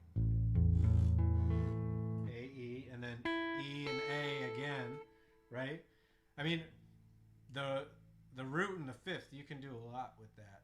You know, of course, you can manipulate the third and then go minor, major, and all that. But that's really your foundation of everything. But just in those 4 strings plus the G, then I could have the third right there, right? My C. So if I can do this across this many strings, I'm like, it's a double bar. But that, I mean, I just did that for kind of to show you where the notes might be located. But that's the beauty of this, is that, and what I discovered is that in order to not overwhelm yourself, don't think about, I need to play all 8 strings. You could just play sections of this guitar. So I could just hang out here, right? Exactly. You can play sections. You can decide what the function could be for a particular moment. In one song you want to play a bit more bassy, from the other you want to play a little bit on the top elements, top sounds. So you know, you can be a bit rhythm, a bit of a, I don't know, you know, funky, you know, really what you want. And also you can create multiple things, multi lines, polyrhythm, not rhythm, but what's it called? Like a counterpoints, you know, just 2 melodies. Exactly. But this is a bit of a mind-blowing thing. So well, that's the thing. When you start to think about it, it's a little bit overwhelming, because it's like there's so many directions I could go. Yeah. And I think this is the one of the things which attracts Jordan to that guitar. You know, he's a phenomenal musician, thinking in so many different ways, on so many levels, and play, you know, out of this world. Yep. And I think this is one of the things which allow him to kind of enjoy it in that aspect, because it kind of let him do what he wants to do. So yeah, that's the idea. Yeah. And regarding the sounds, we mentioned earlier, is that Jordan asked me to make sure that the guitar will have a good strong gain, distortion. Yes. So to do that, I've chosen the Barnacle pickups,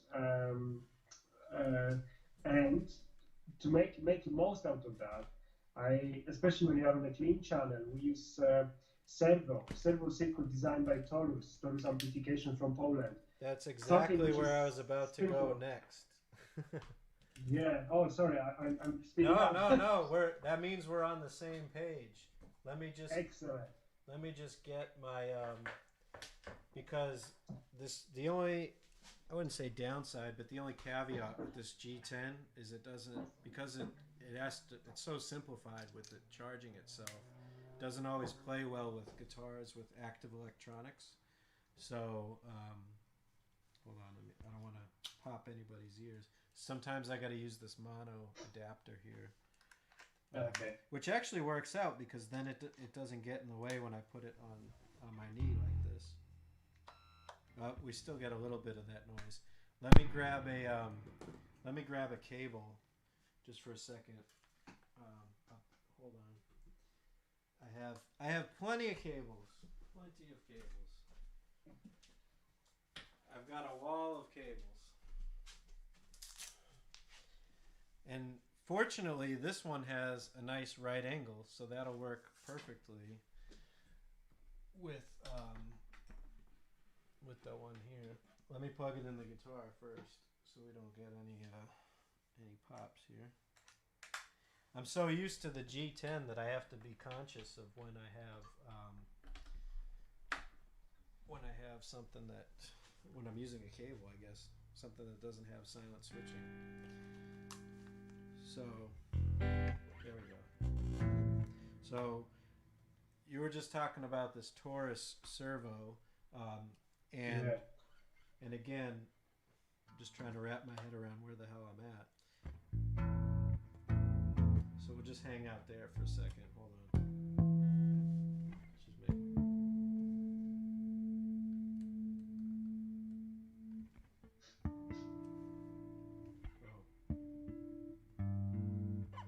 I forgot we're in a total nother tuning.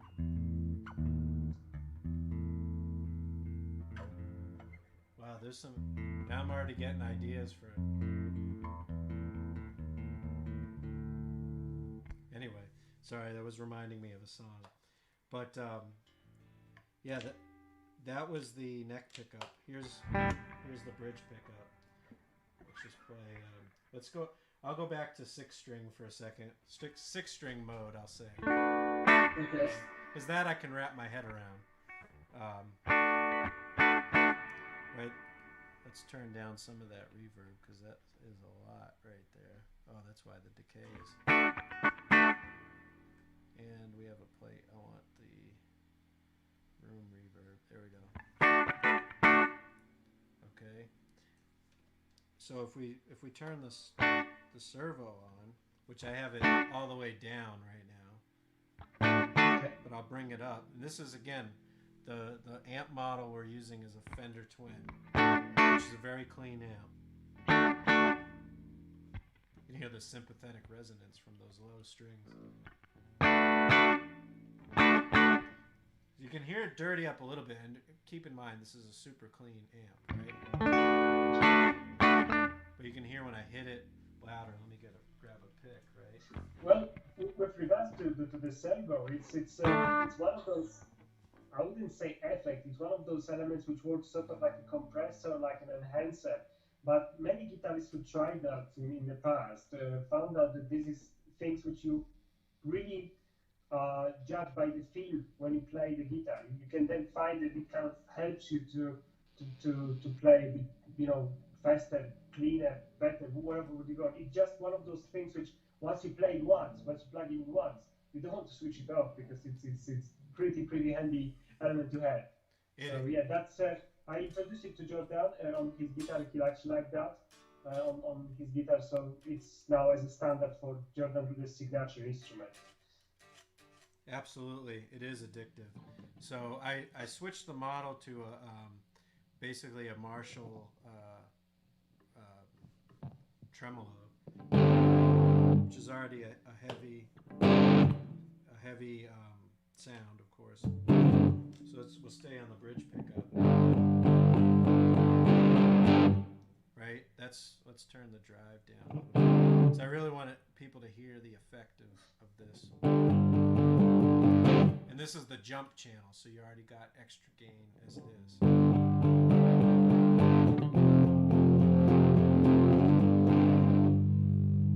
Now if I turn the servo on, you can hear I just brought it up.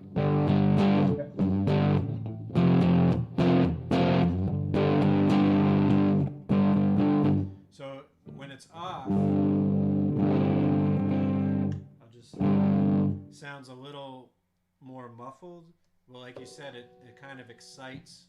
You can actually hear it even just in the pickup noise. Yeah. It's not just gain. You get a higher presence. Yeah, I think it's not to rise up the gain, it's to rise up the spectrum of a sound. Exactly. Which can give an impression like it's more gain, but it's not. It's actually expanded.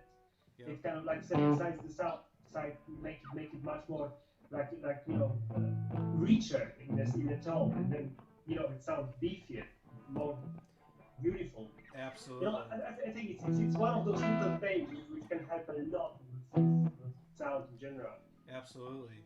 So here I went to the normal channel of that same amp.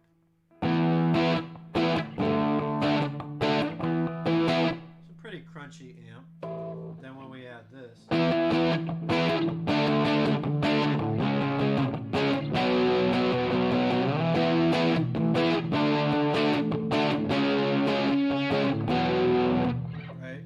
I feel like we've got,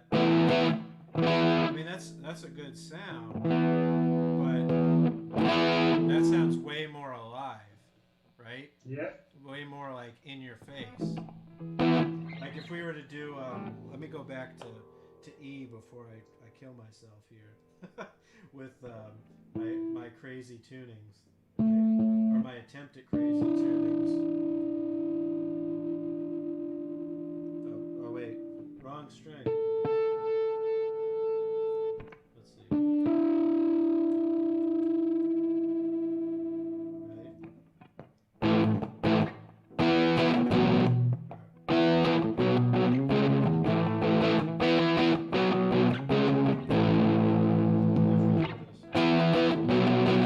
Right.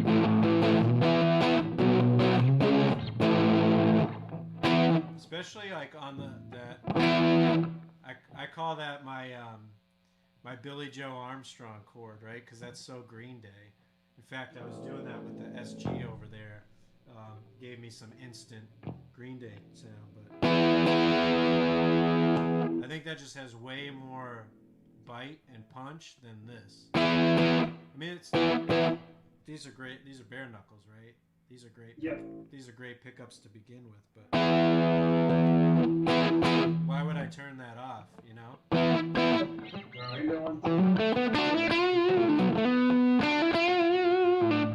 What? That's it, mate. That's how it works. That's it, man. Like I appreciate the fact that there's the I don't even know what you call this. It's not a gain control. It's just the amount, right? Well, let's call it the servo control. The servo control. There you go. Thank you. Okay. So the servo control, I appreciate it, but it's almost like if I'm gonna have it on, I'm gonna have it full on, right? Yeah. Why not? Which you could do that, right? If somebody wanted to, you could just wire it to a switch where it's just full on or off, right? Yes, there is an option to do that. Though most of the circuits, the servo, I have them as a kind of like a circuit with the volume. But yes, there is a way to go around it, so you can have either or. I would recommend to have it on and be able to tune it.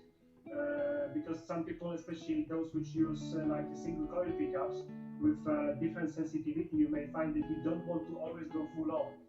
And especially a clean channel with servo in a single coil with a lower output, you may want to play to maybe half of that or maybe a little bit more, depending on how much crystality of the tone you wanted to add to it. Mm-hmm. The servo works beautifully on a clean channel with single coils, together with like on a crunch or like even a high gain. Though being able to amend how much you want it, I think could be handy. Though yes, to answer your questions, I can make it around it and make it just on or off. So that's it. Yeah. Servo also is you can buy it as a pedal, so you can put it on your pedal board as a first thing after the guitar, or maybe just first thing after the tuner, because it kind of like stimulates the sound. But in my guitars, apart from Jordan Rudess' signature instrument, in every other guitar it could be as an optional element you can add to your own there. But with Jordan's guitar, this is a standard, so it has to be like that. And just for everyone's benefit, I'll put the link in the description after the stream, but it's taurus-amp.pl because they're that's it. Fellow countrymen from Poland, right? Yes. Actually, if I may say about this, please. Taurus Amplification is designed is run by Adam Kozakiewicz. He's a phenomenal engineer, a phenomenal electrician, and also a musician. What he designed is an amplifier in a stompbox format. So you've got 90-watt amplifier in the size of your small pedal board with 3 independent channels, with boosting, with a reverb these days right now. The newest version also has a servo built in. Each channel could be individually controlled. And to top it up, it does have valving as well. So it's analog construction, but sounds huge. And this is the amplifiers I had with me at NAMM show. And I was confident to play it when I played the Bloodstock Festival and many other things. Like you see, small thing which you can pack in your backpack, or to the guitar case, and then you can travel around the world. What you need is to just put it to any cab. Or it also has this kind of like a line output with a simulation of speakers. So but all analog. So there is no digital thing. It's just analog construction with valving and massive sound. Massive idea. So this is the amp for a guitar. So I've got it on the screen, by the way, for everybody to see. So I've got you on half the screen, and I've got the Taurus website with the stomp head there. So yeah, sorry, I just wanted to let you know. So if you wanted to call out anything, I can show it. Excellent. Yeah. Excellent. So please continue. Yes. So this Taurus also makes the bass amplifier. Guitar World, I think last year has nominated like a mega award for it for their Vandal series of the bass amplifiers, and of course they do effects to the guitar. So everything it's made from Poland, and we cooperate closely together. You probably remember that at the NAMM show we were sharing a stand. I am endorsed by Taurus, and kind of like very happily to also know the owner of the company, which shares with me a passion to motorsport. So, it's one of those things which makes us even more close together. That's But great. yeah, it's something very, very interesting, very modern, but with the vintage approach as well. Oh, So if yeah. somebody is searching for a handleable, like very easy to carry, powerful, full on, I would like to say highlight full on amplifier, then Taurus is the way to go and then try it. I highly recommend it. Yeah, And like I said, I use Taurus servo in my guitars, like we said earlier, in a Jordan Rudess as a standard, and also in a bass guitar, which I made a prototype for last NAMM, we use the Taurus bass preamp, which has massive, massive sound in an instrument. I yeah. think this will be one of the things which we'll be developing in future. We'll see what will happen, but I'd love to stay with that because it's really, really cool. So for a bass players, check it out because it's worth it. And check my guitars too. Yeah, absolutely. So they've got a lot of great material on the website. I'm just kind of showing everybody a little bit about it, they can get a taste. But they talk about the construction, the benefits. Please go on their website and check them out. I get nothing from this other than the ability to share this amazing stuff with you guys because it's totally cool. I checked them out at NAMM. I met your buddy there that runs the company. I'm sorry. What is his name again? If I can... Adam Kozakiewicz. Adam. Yeah, Adam. Yeah, it's his last name that I can't quite get. I knew it began with an A, but was an awesome guy. He's phenomenal person. Yes, super nice guy, and they even do guitar cabinets too. I totally forgot about that. I'm throwing a few up on the screen here. But what was really cool, if you go to effects, I like how, at least on the delay and the chorus, they adopted the same color scheme that Line 6 uses, green for a delay, although that's actually reverb and delay, and then blue for chorus, which is the same in Helix and all the other Line 6 gear. But just for everyone's benefit here, I pulled up the individual servo pedal. So if you want to add this to your current guitar sound, you can just throw it on your pedal board and roll with it. And like you had mentioned to me the other day, they're actually there's a little bit more on the pedal than what's in here, because here you just have the servo gain, as they call it, but there you have the boost, right? The pedal also have just a sound boost. I know that the newest version of servo has like 3 stages of the boost, so like a smooth, medium, and aggressive. And this allowed to kind of like give you a bit more punch, but not the servo, but just like if you have an ordinary booster for a sound. So it is more this together with servo. For a guitar, we decided that just a servo will be enough, because having another boost in a guitar may be helpful, but I'd rather say that I'd rather want to have one thing here, so that one thing simpler than having too many in straightforward. And people are used to their boosts being on their pedal board, so yes. It is something that instead of just quickly pressing here, you are in the middle of the notes to play loud. You just press, kick it, and then all is on. Once when playing the solo, you want to sometimes just roll it a little bit here and out, just to add more or less colors. So boost on a guitar, fine, but I prefer to have it on a pedal board, and that's why we decided the servo for a guitar will be only just a servo, just the essence of that. Once any other additional elements, it could be chosen by whoever wants. Absolutely. On the pedal boards. And I pulled up the stomp head in full in a bigger view so people can see it, and their stuff's its own work of art, and as it is. But I remember checking this out at NAMM, and it's beefy, because it's all tube, and it's a metal chassis, so it's super rugged.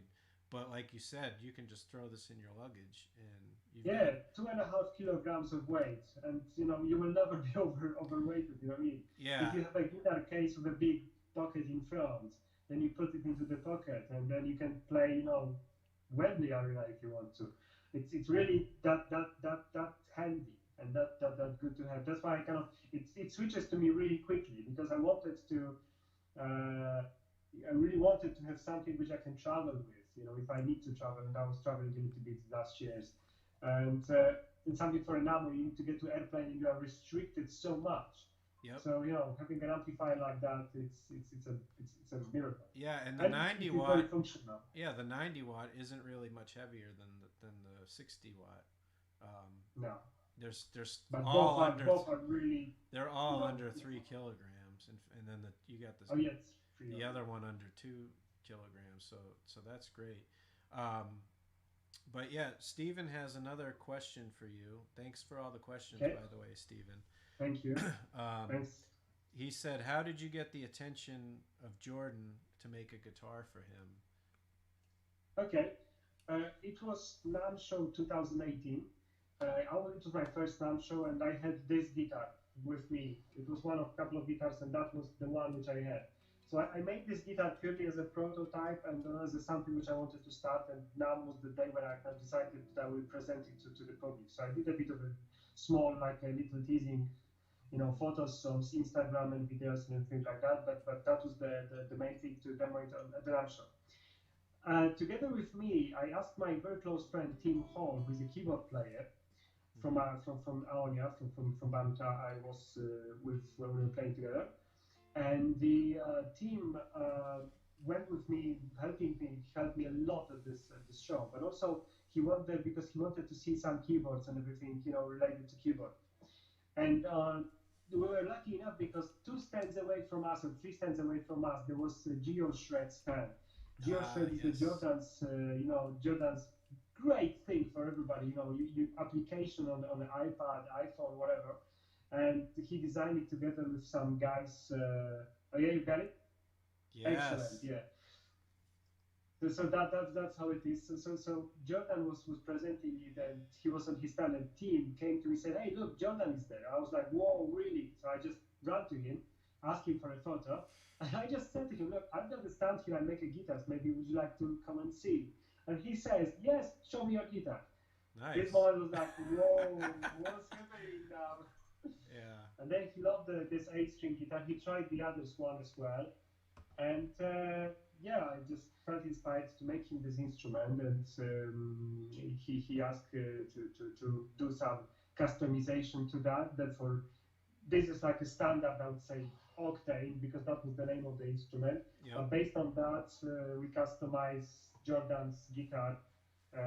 Based on this shape, his guitar has its own unique style, which you have in your hand. Yep. The inlay, the pickups, servo, 5-way switch. There's the man and also himself. It also comes with the certificate signed by Jordan himself. Yes. And with the flight case, sorry. So everything around the guitar is very customized. However, there are many options of the octane. This one, right? The Jordan Rudess signature is this one, and this is I try to keep it as close to that as possible, maintaining this same wood. I still have, I think, 1 or 2 pieces of ash which will be used for another Jordan Rudess signature should anybody would order them, and I still have a supply of some mango, so it's that's awesome. Ready when it comes. No, that's awesome, and I'll point out too. It's something often overlooked is that I thought the hard case, the flight case you provided, as well as the soft gig bag I got from you, soft case, were both phenomenal. Like great quality, great construction. Thank you. And I was like, and correct me if I'm wrong. Were they both also made in Poland, or just the soft case? No, the soft case is made by a Polish company, Canto, that's the name. Once the hard cases are made here in UK. I know the company who really supply. I think it was just called Flight Case or something. I think they're flight case. Yeah, I think their name was on it, and I don't have Flight Case Warehouse, something like that. Yeah. They do that. And but both great construction. Very reliable. Yeah. Sorry. I said both great construction. Yeah, totally. I was really impressed. They are solid. Yeah. For both, I had to design them so that they are kind of like.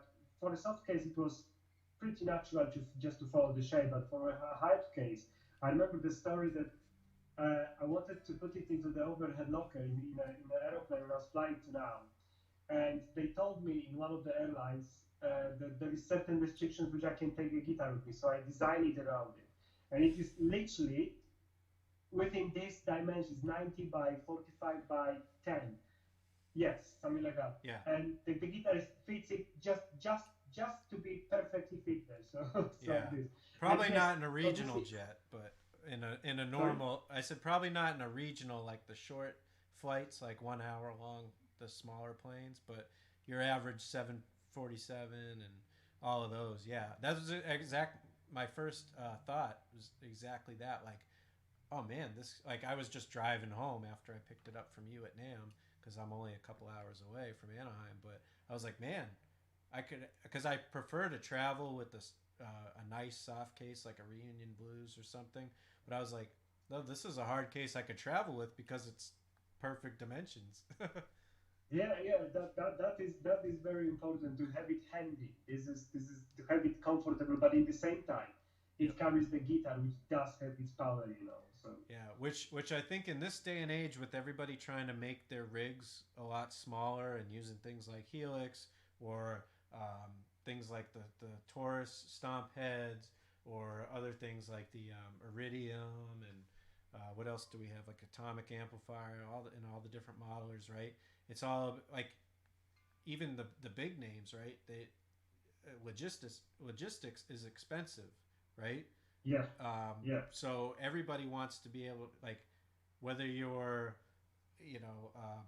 recreational player, just taking your guitar with you on vacation, or you're like a worldwide touring musician, like, you need to be cognizant of all these travel costs, and you want to, if at all yeah, possible, just carry it on the plane.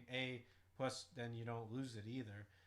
But that's another huge benefit to having a guitar of this size, is that you can put it in the overhead, and yeah, so you have that, and then you have like your normal backpack that you could have your Taurus stomp head or a Helix yeah, or a whatever, like your little fly rig pedal board, something like that.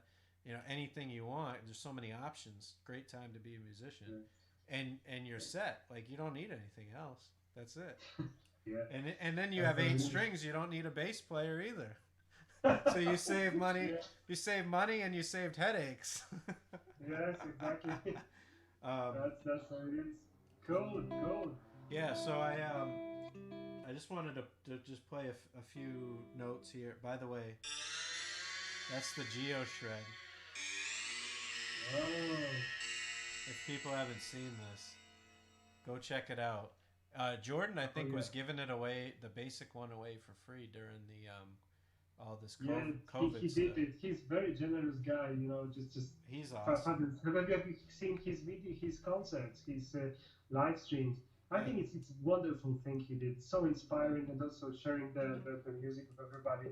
You yeah, know, fantastic person. Really, really, really absolutely. excellent guy to know. So, Yeah, no, and doing all this thing is beautiful. So big yeah, shout out. How can I say it like that? Yeah, yes. Jordan too. Thank you, Jordan, for everything you do. If you ever Thank happen you, to buddy. watch my tiny channel live stream, but I've met him a few times. Unfortunately, I didn't get to meet him to pick this up and when he signed it, because I was so busy working, my own booth. Um, oh, thank you, Steven. He's got to run. Thanks for the answers. We'll probably go just a little bit longer, so if you want to come back later and watch the tail end of it, feel free. Thank you so much for hanging in there the whole time. Thank you for all the great questions, by the way. Thanks And ever so much, Stephen. Thank you very much, buddy. rock on. And Yeah. in and we're swapping out Steven for my buddy Chris Barclay, who just joined us. Who's talk about a shredder. He's a phenomenal guitar player. He just released a new song last week. I think it was last week. Synchronicity. It's amazing. I'll send you the link. But you got to. Yes, please, please, please. Love to hear it. Yeah, I'd love to. I Know. I met Chris at the Vi Academy, and I think it was in Palm Springs, and I think we've met on a couple occasions like that. But he and I talk almost every day, even though he's in New Zealand, and I'm here. But he's live streaming like every day from his home studio, whether it's acoustic guitar, electric guitar, practicing or playing his songs. And I love listening to him and chatting with him. He's a really, really nice guy. And I would love to see what he could do with this thing. I wish he lived closer. He said, "I'm blushing. Thanks for the shout out." Oh, I could do a whole live stream just talking cool things about Chris. But I wanted to talk a little bit about before we go, because I know it's probably getting late over there. Yeah, I will soon have to kind of like shoot off, buddy. So yeah. Do you have like 5 to 10 minutes? Yes, of course. All right, much appreciated. I really appreciate it. Bromance. I feel grateful that you invited me for this show, buddy. Honestly. No, man. The pleasure's all mine for you joining on the early stages of this channel. So when it blows up, you will be one of the founding members. Thank you, buddy.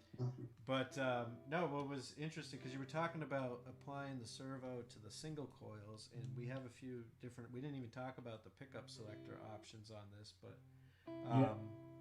I was just noticing as I was kind of back, I backed off the servo and I turned off the servo and I went to the neck pickup and just played a little lighter with the same trem. With the same trem amp, you get this beautiful clean sound.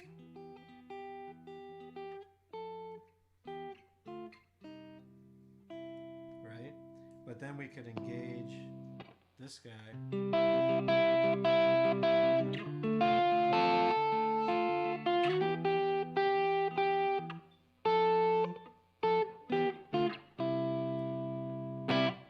Right?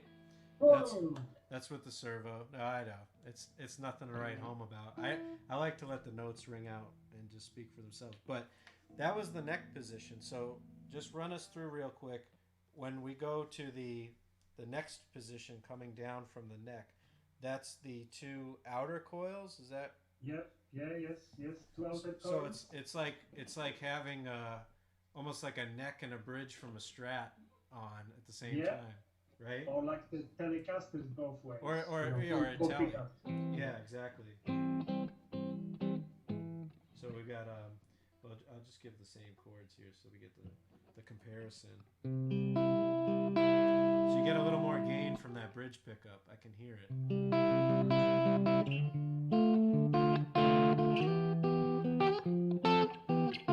And then when we go to the middle, that's both humbuckers, right? Oh yeah, you really hear it. Now you're bluesing it up right there.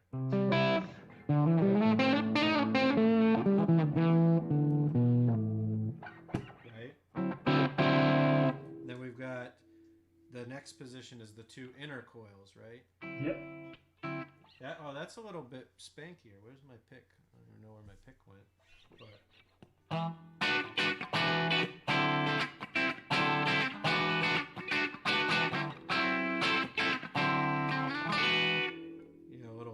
funkier right there. And then you've got, of course, the bridge that we heard, which is like full. I mean, I haven't touched the gain on, and I don't have a boost pedal. I don't have an overdrive, nothing on this amp.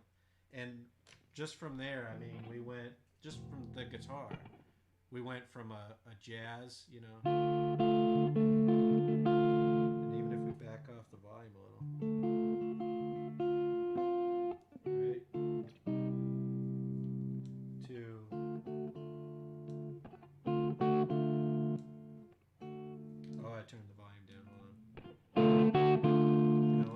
Here, a little spankier. And are those, by the way, those two inner coils, are those in parallel or series? I think it's parallel, right? Yes. Whoa.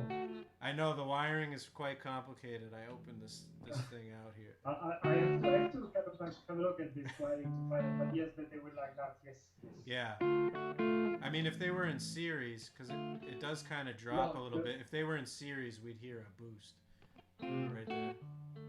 But you will not have this kind of like a very, I would say, that the sound wouldn't be that defined. In this type of wiring, you can have different textures. And also with the guitar, when you have a 5-way switch, why would you like to have all of them on the same level? Thanks to that, you can control the sound, the tone as well a little bit more. It allows you to play with this, play with your expression. For instance, you wanted to play the solo or be in the front, then you play on a full humbucker. But then if you want to be a backing up a little bit to give a room for a singer, you want to go down. Your gain will be cut a little bit, your loudness will be cut a little bit, but you will be still hearable without overdoing. You don't need like in a mixing. You wanted to give a room for guitar, for singer, for somebody else. So everybody has its own room in the right time of a song. Absolutely. That's the thing. No, absolutely. That's what I love about this, because it's like you don't even have to go over to your pedal board to change anything. That's handy, isn't it? You know, with the servo as well, it's handy when you just can use the guitar to kind of with its fairly minimal approach to be able to control a lot of different sounds and have a different textures out of that. So I think it's a cool thing to have. Yeah, no, absolutely. I mean, I this what I call this is just my own personal take on this guitar. To me, this is like my analog Variax in a way, because all right, I like it. I like this expression, buddy. Because it's like alternate tuning, but not in the traditional sense, because you just have this wider range that you don't need alternate tunings, because you can just cover so much ground, right? And you could, with these fine tuners, just quickly, change it if you really wanted to change the individual strings, but you almost don't even need to, just because you have so many voicings. Like we just looked at the beginning, like I think we're covering 5 octaves. Even if you just go across this way, never mind going up, right? Yeah. But then tonally, you have the 5-way, so you got 5 different sounds, plus the servo that has this pretty wide range across those, and then of course the dynamics of how you play. It's like, I now that I finally got that set of strings in, because I don't carry an 80 gauge string. Imagine that. I'm definitely going to be playing this every single day now, and I hope so. Yes, I hope so. I was playing it every day till my friend busted the string on me. I won't call him out who his name is, because I was like, oh dude, you have to try this. I was so excited, and he loves like 7 and 8 string guitars, and then he gave it back to me. He's like, oh man, I don't know what happened. I'm like, yeah, how do you break an 80 gauge string, buddy? But anyway, he's cool. We're good friends. But I saved a bunch of music memos on here that I've recorded with this guitar, because, like, by the way, if you guys don't use it, the Music Memos app that's free on your iPhone from Apple is like a godsend, because it's better than voice memos. But you could just have it even set to auto, and it'll just like record whatever it hears.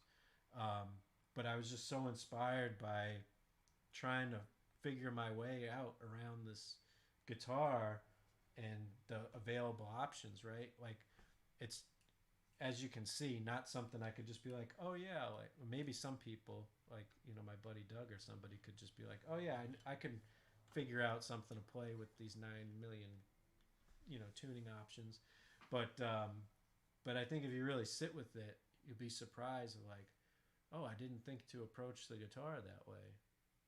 I think that's cool thing. Yeah, dude, I will be calling it a day right now. Yes, it's midnight or whatever. Yes. Time.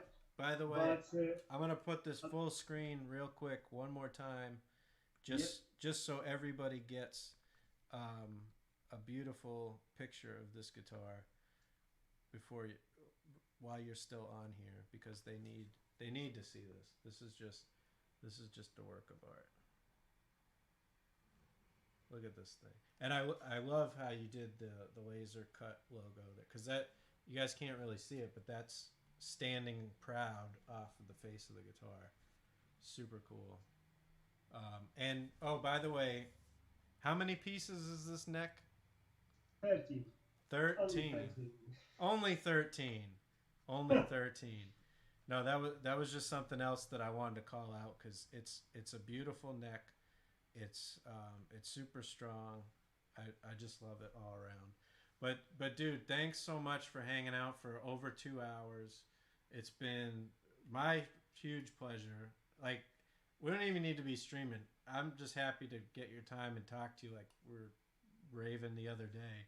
I'd love to get on the phone, even if it's not on a stream again, and just I'm sure talk about we'll everything. talk soon, buddy. We'll talk soon, buddy. Yeah. I'm sure there will And be always great opportunity to talk. yes, So. and I'm giving myself a homework assignment.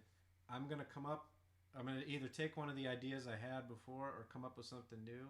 I'm gonna write a tune with this. Yeah. Yes. And then when I do that, I'll send it to you, and you can tell me what you think, and then maybe we can come back and talk about however that came to be. I don't even know what it is yet, but we'll find out. Mate, I love the idea. Please do it. Please send it to me. I'll send it back, and we'll talk about this. You know, who knows? Who knows where it bring us? Where will it take us? Where will it take us? I'm sorry. Where will it take us? And just before you go, Chris says he'd love to try it. He has no experience with 8 strings, but he's super excited, and he loves the finish and the neck. So praise to you for coming up with this guitar design and doing all the handcrafting and amazing stuff you do. So thanks so much. And I will put links to your website. I will put links to the Taurus guys because they're awesome as well. Oh, sorry, I know I keep saying before you go, if somebody wants to buy a guitar, because that's the most important part, they need to get this in their hands. How do they do it? What's the best way? The best way is just send message via Facebook or through my website. I have to admit my website is being updated, so it's a little bit right now vintage, but the email works. So please go to my either Facebook page or Instagram or normal page, send a message, and then we can take it from there. That would be great. And I'll put all your links for everybody so they can't miss you. Thank you very much, buddy. Thanks ever so much for everybody who listen to us. Thank you very much, Andrew. Great to talk to you. Great to see you again, buddy. Yeah, and super great. Stay safe, stay healthy, keep on rocking. Thank you, brother. I really appreciate it. Yeah. Have a good night's sleep. And drink water. Remember. Drink water. Cheers one more time. All right. Cheers, buddy. Have a good one. You rock, man. Take care. Take care. Bye-bye. Bye-bye. All right, everybody. Thank you so much, everyone that's tuning in. I'm going to hang. It's only 4:44 p.m. here. Imagine that, 4:44. It's not past midnight like it is for Przemek, but since I got my main man, Chris, here, hopefully you're still here, Chris. I will... I'll just play around with this a little bit more just to see what we can come up with it. Thank you, Przemek. He just said thanks for an awesome time. Talk soon. So I just want to explore this guitar. Thanks, Chris. You're here. All right, let's check this out together. Sorry, I'm getting caught in my headphones. I can't wait for the day when there are wireless headphones with low enough latency that musicians can use them. So I can be fully wireless. And now I can see myself. Hey, guys. And I apologize for always looking up. I got my camera here, and then Przemek was on the screen up here, but I can't put it in front or I won't see him.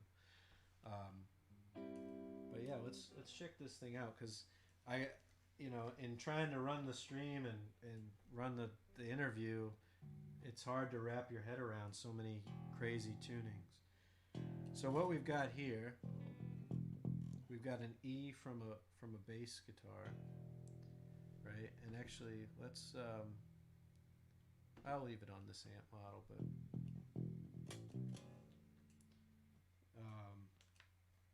let's turn the servo on. So basically we have,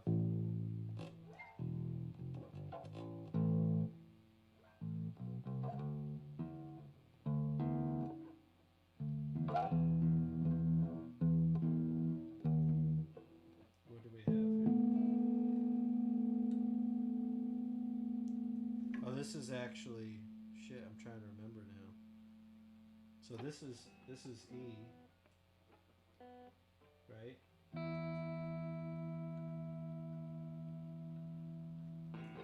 So we've got our normal 6-string guitar.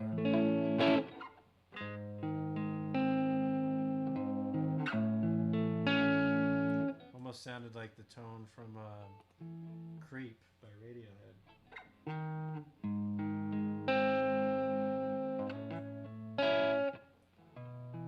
And then we've got,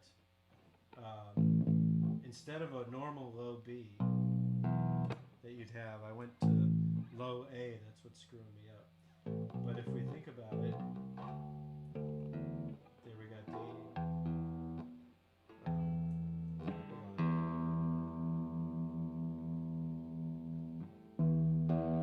Pull those in tune a little bit. And then we've got your normal E, F, G, A. I think that's what I tuned this to. Hold on. Let's see here. Oh no, that's E. Yeah, E.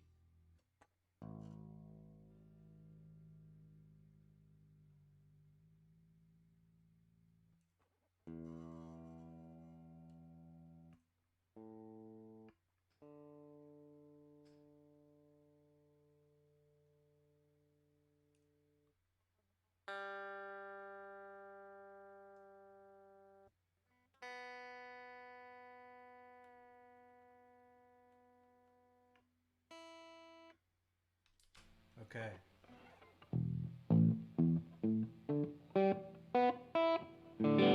So here we've got our normal guitar plus A plus E, obviously.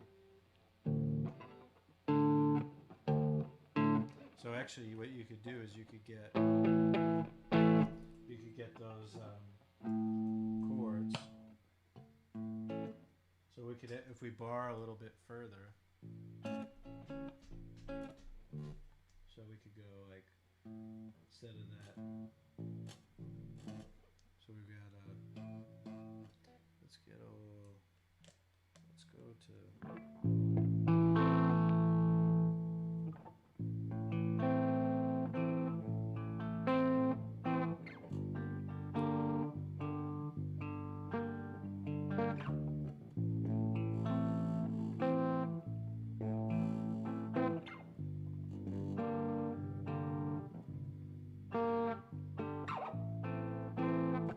so there, you know, I could, on a normal guitar, I'd just be doing this.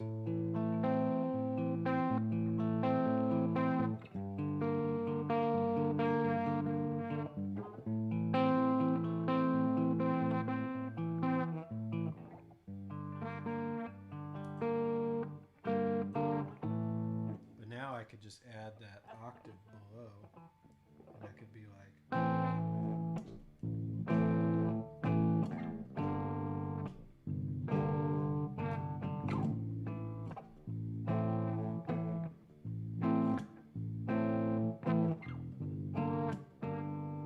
it's like I got a bass player with me. I don't even need to hire a bass player. No offense to the bass players in the world, but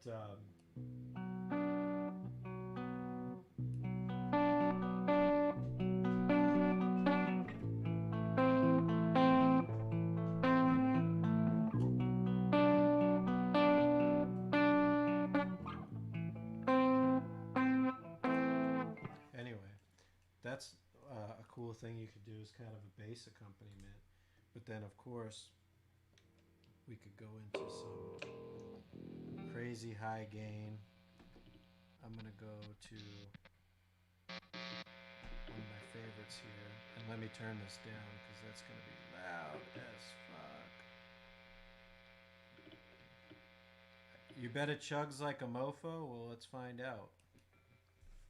I put the input gate on a little bit. Let's see here. I can go back to... This is with no drive pedal either.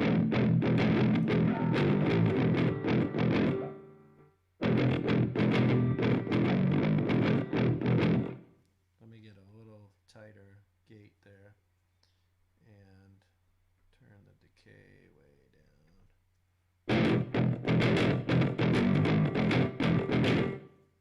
Now let's turn that servo on.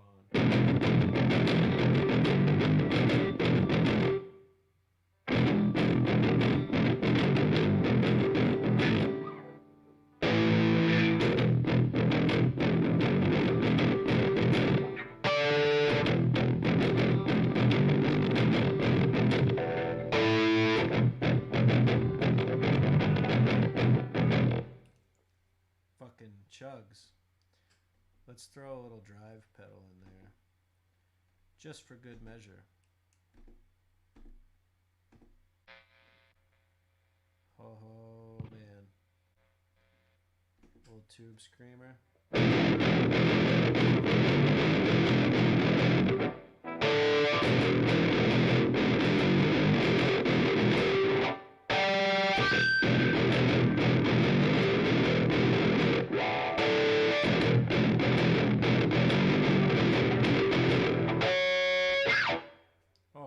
God.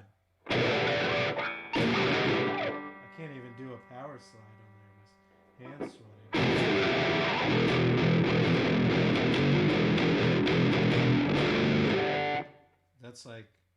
That's insane.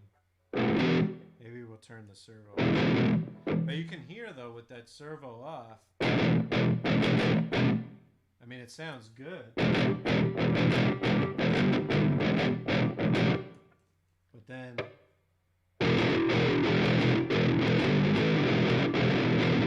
it's got more growl. Let's turn the servo like midway. I think I just convinced myself why I need that servo knob.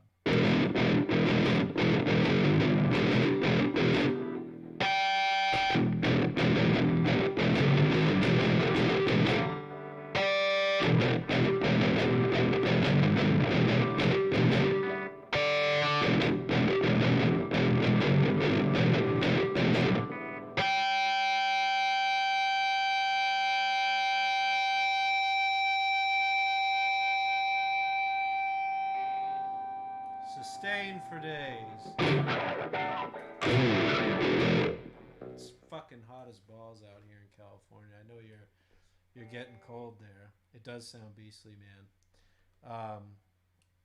But in any case, that, my friends, is the Wizard guitar by Drużkowski Guitars. And you just heard from the man himself, Mr. Przemek Drużkowski. And let's lead it out with a little bit of jazz here. Oh, it'd help if I didn't unplug myself. Okay. Oh, there we go. Sorry, I got my cords tangled up here. That's why I like to not be cabled.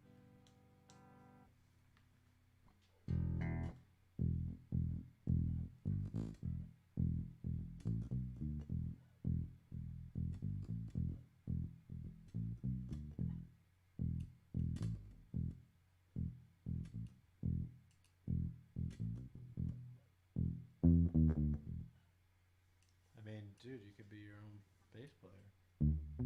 Now I don't have to learn how to play bass.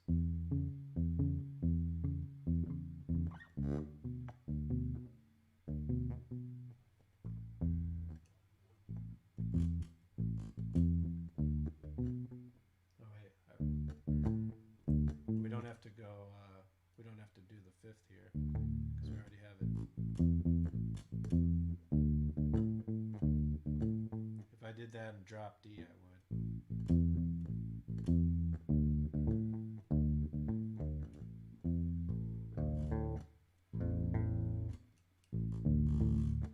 Anyway, just want to give you a little bit of the low end. Thanks, Chris, for hanging out. Thanks, everybody, for hanging out. Again, this is the... Oops, sorry about that. Drużkowski Wizard guitar. And Look at that beauty.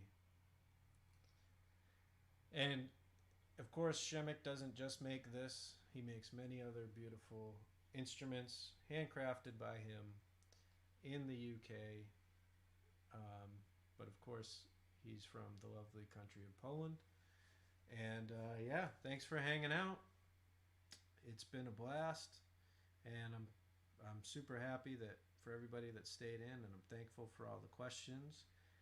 And yeah, look forward to making some music with this thing and hearing what you guys think. I'll post it up soon. As soon as I can get something recorded, it'll be up here. So thanks for tuning in. I think you're all subscribed, but if not, please feel free to hit it if you like this and want to see more stuff. We're going to be doing guitar setups, maintenance, repairs, some fret work on a variety of instruments. I've got enough guitars to do a guitar a week for a long time. Yeah, we'll get some more luthiers and other cool people here to just hang and chat about all things guitar. So rock on, brother. I appreciate everybody tuning in.